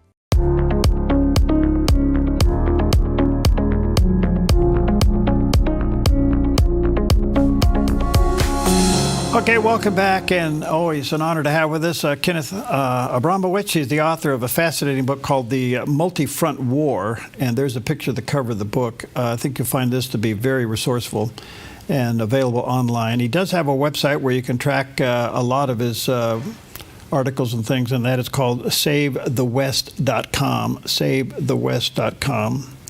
Kenneth, I want to come back to that subject just for a moment. By the way, thank you for your time. Where are you? You're not in your normal spot. Where are you? I'm in Tel Aviv, Israel. Tel Aviv, Israel. You are? Okay. Thank you for your time. It's got to be, what, 8, 9 o'clock there? No, it's getting close to 7. It's dinner time, so. Okay. But I'm happy to be with you. Okay. And good. I always like your show. Thank you. And your questions. Good. They keep me thinking. Your questions keep me thinking. Good. Thank you. I want to come back to your passion, and that is I think America is beginning to see how close to the edge we had become. We got a long ways to go, but there seems to be an awakening. Is it enough in time? Well, yes, there's plenty of time to fix our problems. And the thesis in my book was that we have 21 problems. We have 3 groups of enemies, which I've mentioned before. I color code them: the reds, the greens, and the blues. That's the reds for the communists, China, Russia. Green for the Islamists, that's Iran and Qatar. Blue for the globalists, that's the United Nations color, plus the World Economic Forum and drug cartels. And they're fighting us on 7 forms of warfare. And if you multiply 3 times 7, it's 21 wars. And the 7 forms of warfare are kinetic, obviously, chemical, biological, like COVID. Number 3, cultural, which I'm going to talk about in 30 seconds. And number 4 is economic, and then there's legal, demographic, and cyber. So under the Trump administration, we're doing pretty well on all of these 7 fronts. The deficit or deficiency is the cultural warfare.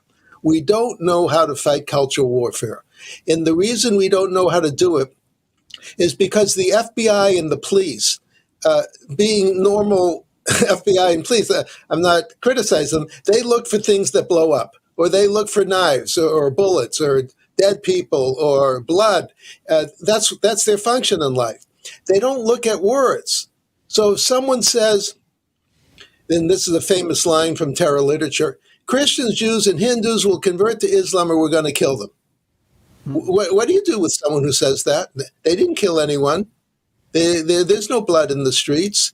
It's freedom of speech. Right? We're in America. You can say whatever you want. So we don't know how to handle cultural warfare. And that's what the Trump administration must figure out over its duration.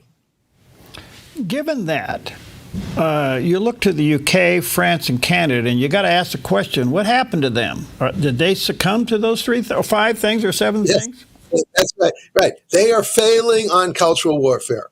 They have their police, they have their armies, all the other elements there. But when it comes to cultural warfare, in the 5% of the population, basically holding the other 95% of the population, in other words, the Muslims that they've led by radicals, sent by Iran and Qatar are inflaming the 5% of the people who are Muslim to attack the 95% of the people who are Christian and the 1% who are Jewish.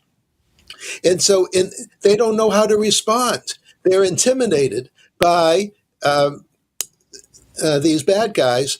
And because bear in mind, the last thing you want if you're a prime minister, you don't want blood in the streets. You don't want violent demonstrations. Mm-hmm. Now, President Trump has handled it well. He called in the National Guard. He said, look, the Democrat governors are not going to protect their people. So I'm going to protect them. And he publicly said, I'm not going to make the mistake I made in my first term when I relied on the Democrats to call in the National Guard. I'm not playing that game anymore. So President Trump learned his lesson, but the other countries haven't. So England, France, Canada are, in quotes, allies, are basically dying in front of our face. And one of the key thoughts in my new book, the 4th edition, just 2 weeks old, is that America cannot stand by and watch England, France, and Canada self-destruct. We have to get directly involved. I don't mean boots in the ground, but we have to get directly involved and say to those countries, we're not going to sit back and watch you self-destruct. Because you're our loyal allies. You're too close to us. England's our mother. Yeah. We can't do that. So, but Trump hasn't realized that yet. So I think he'll realize it before too long. Quickly, sidebar. What's your new book? The new book is the same. It's the Multi-Front War. It's just the 4th edition. And what I do is when I add to the book, I just add a chapter. So the original book stays the same. Okay. So it's the same as the 3rd edition. It's just 35 new pages to bring it up to date with the challenges of 2025, 2026. We do scratch our head in this country where we have so many anti-American, very hostile to America organizations against America and, quite frankly, Judeo-Christian values, much like Ivy League colleges, the UN, yet they're in this country and they hate it. I mean, what's your take on that? Well, this cultural warfare is not homegrown. Our foreign enemies, the Reds, the Greens, and the Blues, have basically sent in alien ideas, un-American ideas, and invaded our kids, K through 12, invaded our teachers' colleges, invaded our universities, invaded Hollywood, invaded the media. And so the foreign fingerprints are all over the place. In fact, Russia, with their KGB, this is what Russia's famous for, interfering in other people's democracies and undermining those democracies. So this is a form of warfare. We have to recognize it as warfare, even though, as I said, there's no blood in the streets and there's no guns and bullets and things and machetes. This is people fighting with false narratives. And I know how to fight it, but we as a society don't know how to fight it. And we better learn fast, or we'll be in the same situation as England, France, and Canada, where basically the criminals dictate how the other 95% of the population will live. And we can't play that game. We have to start arresting these criminals by defining hate speech, by defining incitement to genocide, by defining Islamo-Nazi death cults, and criminalizing them and say, you can't say globalize the Intifada. Well, that means genocide of everyone in the world. If you say genocide to everyone, we're going to lock you up. I don't care about freedom of speech. You don't have the right to say we have to kill everyone in the world. Yeah. Because what's going to happen is someone's going to listen to your false narrative and start killing everyone in the world. Yeah. And that's the key message in my book is we have to criminalize cultural terror. Yeah. Boy, I could go off on that, but let me stay on course here. I want to come back to the UK, France, and Canada. How do we help them? I mean, they really messed up. How in the world do we help them? I mean, we're helping the Middle East. We're helping Israel. I mean, we got a lot of problems out there. Why do we stick our nose in their business? Well, I think you might want to call it tough love, whatever that means. Yeah. But we have to say to England and France, Well, first we have to do it ourselves. We have to deport any member of an Islamo-Nazi death cult has to be thrown out of the country, okay? Or arrested, one or the other. But we can't allow them to walk in the streets and saying, I want to kill everybody. I want to kill all the Jews. I want to kill all the Christians. I want death to America. So we have to demonstrate that we can do that ourselves. Then, let's say next year, we go to England and France and say, look what we did. We threw these Islamo-Nazi death cults. By the way, the number one victim of Islamo-Nazi death cults are Muslims. Mm-hmm. The majority of Muslims don't want to die and kill all the they don't want to kill all the Christians, Jews, and then die with the counterattack. So we're talking about, like Iran, a 20% group of criminals that have to be removed from society. After we do that, then next year we go to France, England, and Canada and say, look, we did it. It wasn't easy. We got opposed from the court, this court or that court, but we did it. Now you have to do it. Because England and France, you have nuclear weapons. And we're not going to sit back and let you being taken over by ISIS and Al-Qaeda and have those nuclear weapons pointed at America. We're not tolerating that game. So you either do it or turn over your nuclear weapons to America. There's a story broke late last night, early this morning, that Germany is now deporting bad people to Syria. I mean, Germany's doing it. Well, Germany's figured it out. Well, let's say increasingly figured it out, that you will not have a German society if these bad guys are not deported or arrested. Now, good for them. I mean, I always wish that democracies reacted sooner, but as you know, democracies are very slow and ponderous and only really make decisions in a crisis mode. But Germany's figuring it out, and they're getting tougher, and that would be a good example. Now, America has to do that and get tougher, and then we can preach to others. But if we don't get tough ourselves, you can't go to England and France, do something, and they say, did you do it? Oh, no, I didn't do it. They go, well, we're not doing it either, because someone's got to take a lot of political pain to do something that this disruptive. But if you don't disrupt, by the way, there could be no... If the current status quo maintains itself, there'll be 500 million dead Christians in 100 years in England. In Europe. And America is a 90% Christian country. We're the strongest Christian country. We're not going to tolerate 500 million dead Christians. But that's what will happen if we don't employ, as I said, tough love, so to speak, on our allies. Do you think the 30,000-foot view from your perspective that America's beginning to see that? I mean, look what's happened in 6 months. We went from 21 million people crossing the border to 0. Something's happening. First step. Yeah, that's good, right? So the next step is deport 21 million people. Now you can't deport 21 million people. We started at a rate of about 50,000 a month. I think we're getting closer to 100,000 a month. But that's probably about all that we can do. Okay, 100,000 a month. In round numbers, that's 1 million people. You do that for 4 years, and that's 4 million. So we basically have to identify the 4 million worst of the 21 million people who came here with nefarious purposes. Right.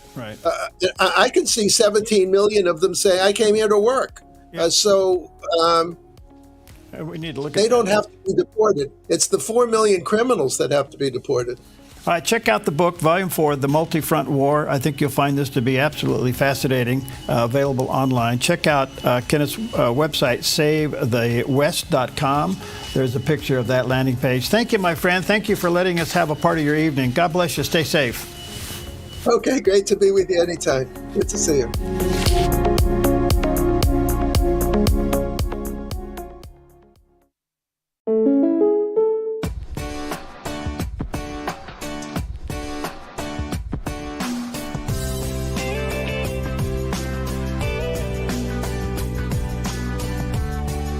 Combining your home and auto insurance could save you time and money.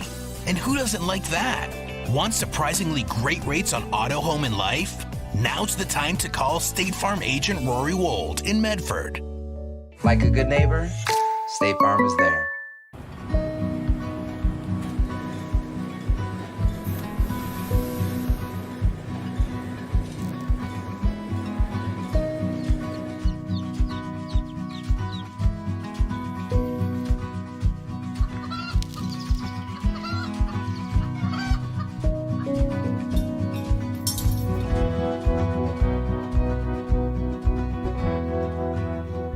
Grange Co-op, where big ideas grow. 30 seconds or less. That's the length of a soundbite in a typical news story. If you're lucky, you can't really learn much in 30 seconds. It takes time to ask questions, learn, and explore the facts to really understand. Focus Today on the Dove TV and Radio does just that. We give you an hour covering several issues and newsmakers in depth. So don't settle for quick sound bites. Get to the heart of a story and understand better. Focus Today, weekdays on the Dove TV and Radio. Experience evangelism like never before. Way of the Master, an award-winning reality TV show tackling hard questions and bold street witnessing that will leave you inspired. Watch Thursdays and Fridays on the Dove TV. Relive treasured and classic Billy Graham moments of the past. Fridays and Saturdays on the Dove TV, encouraging and informative.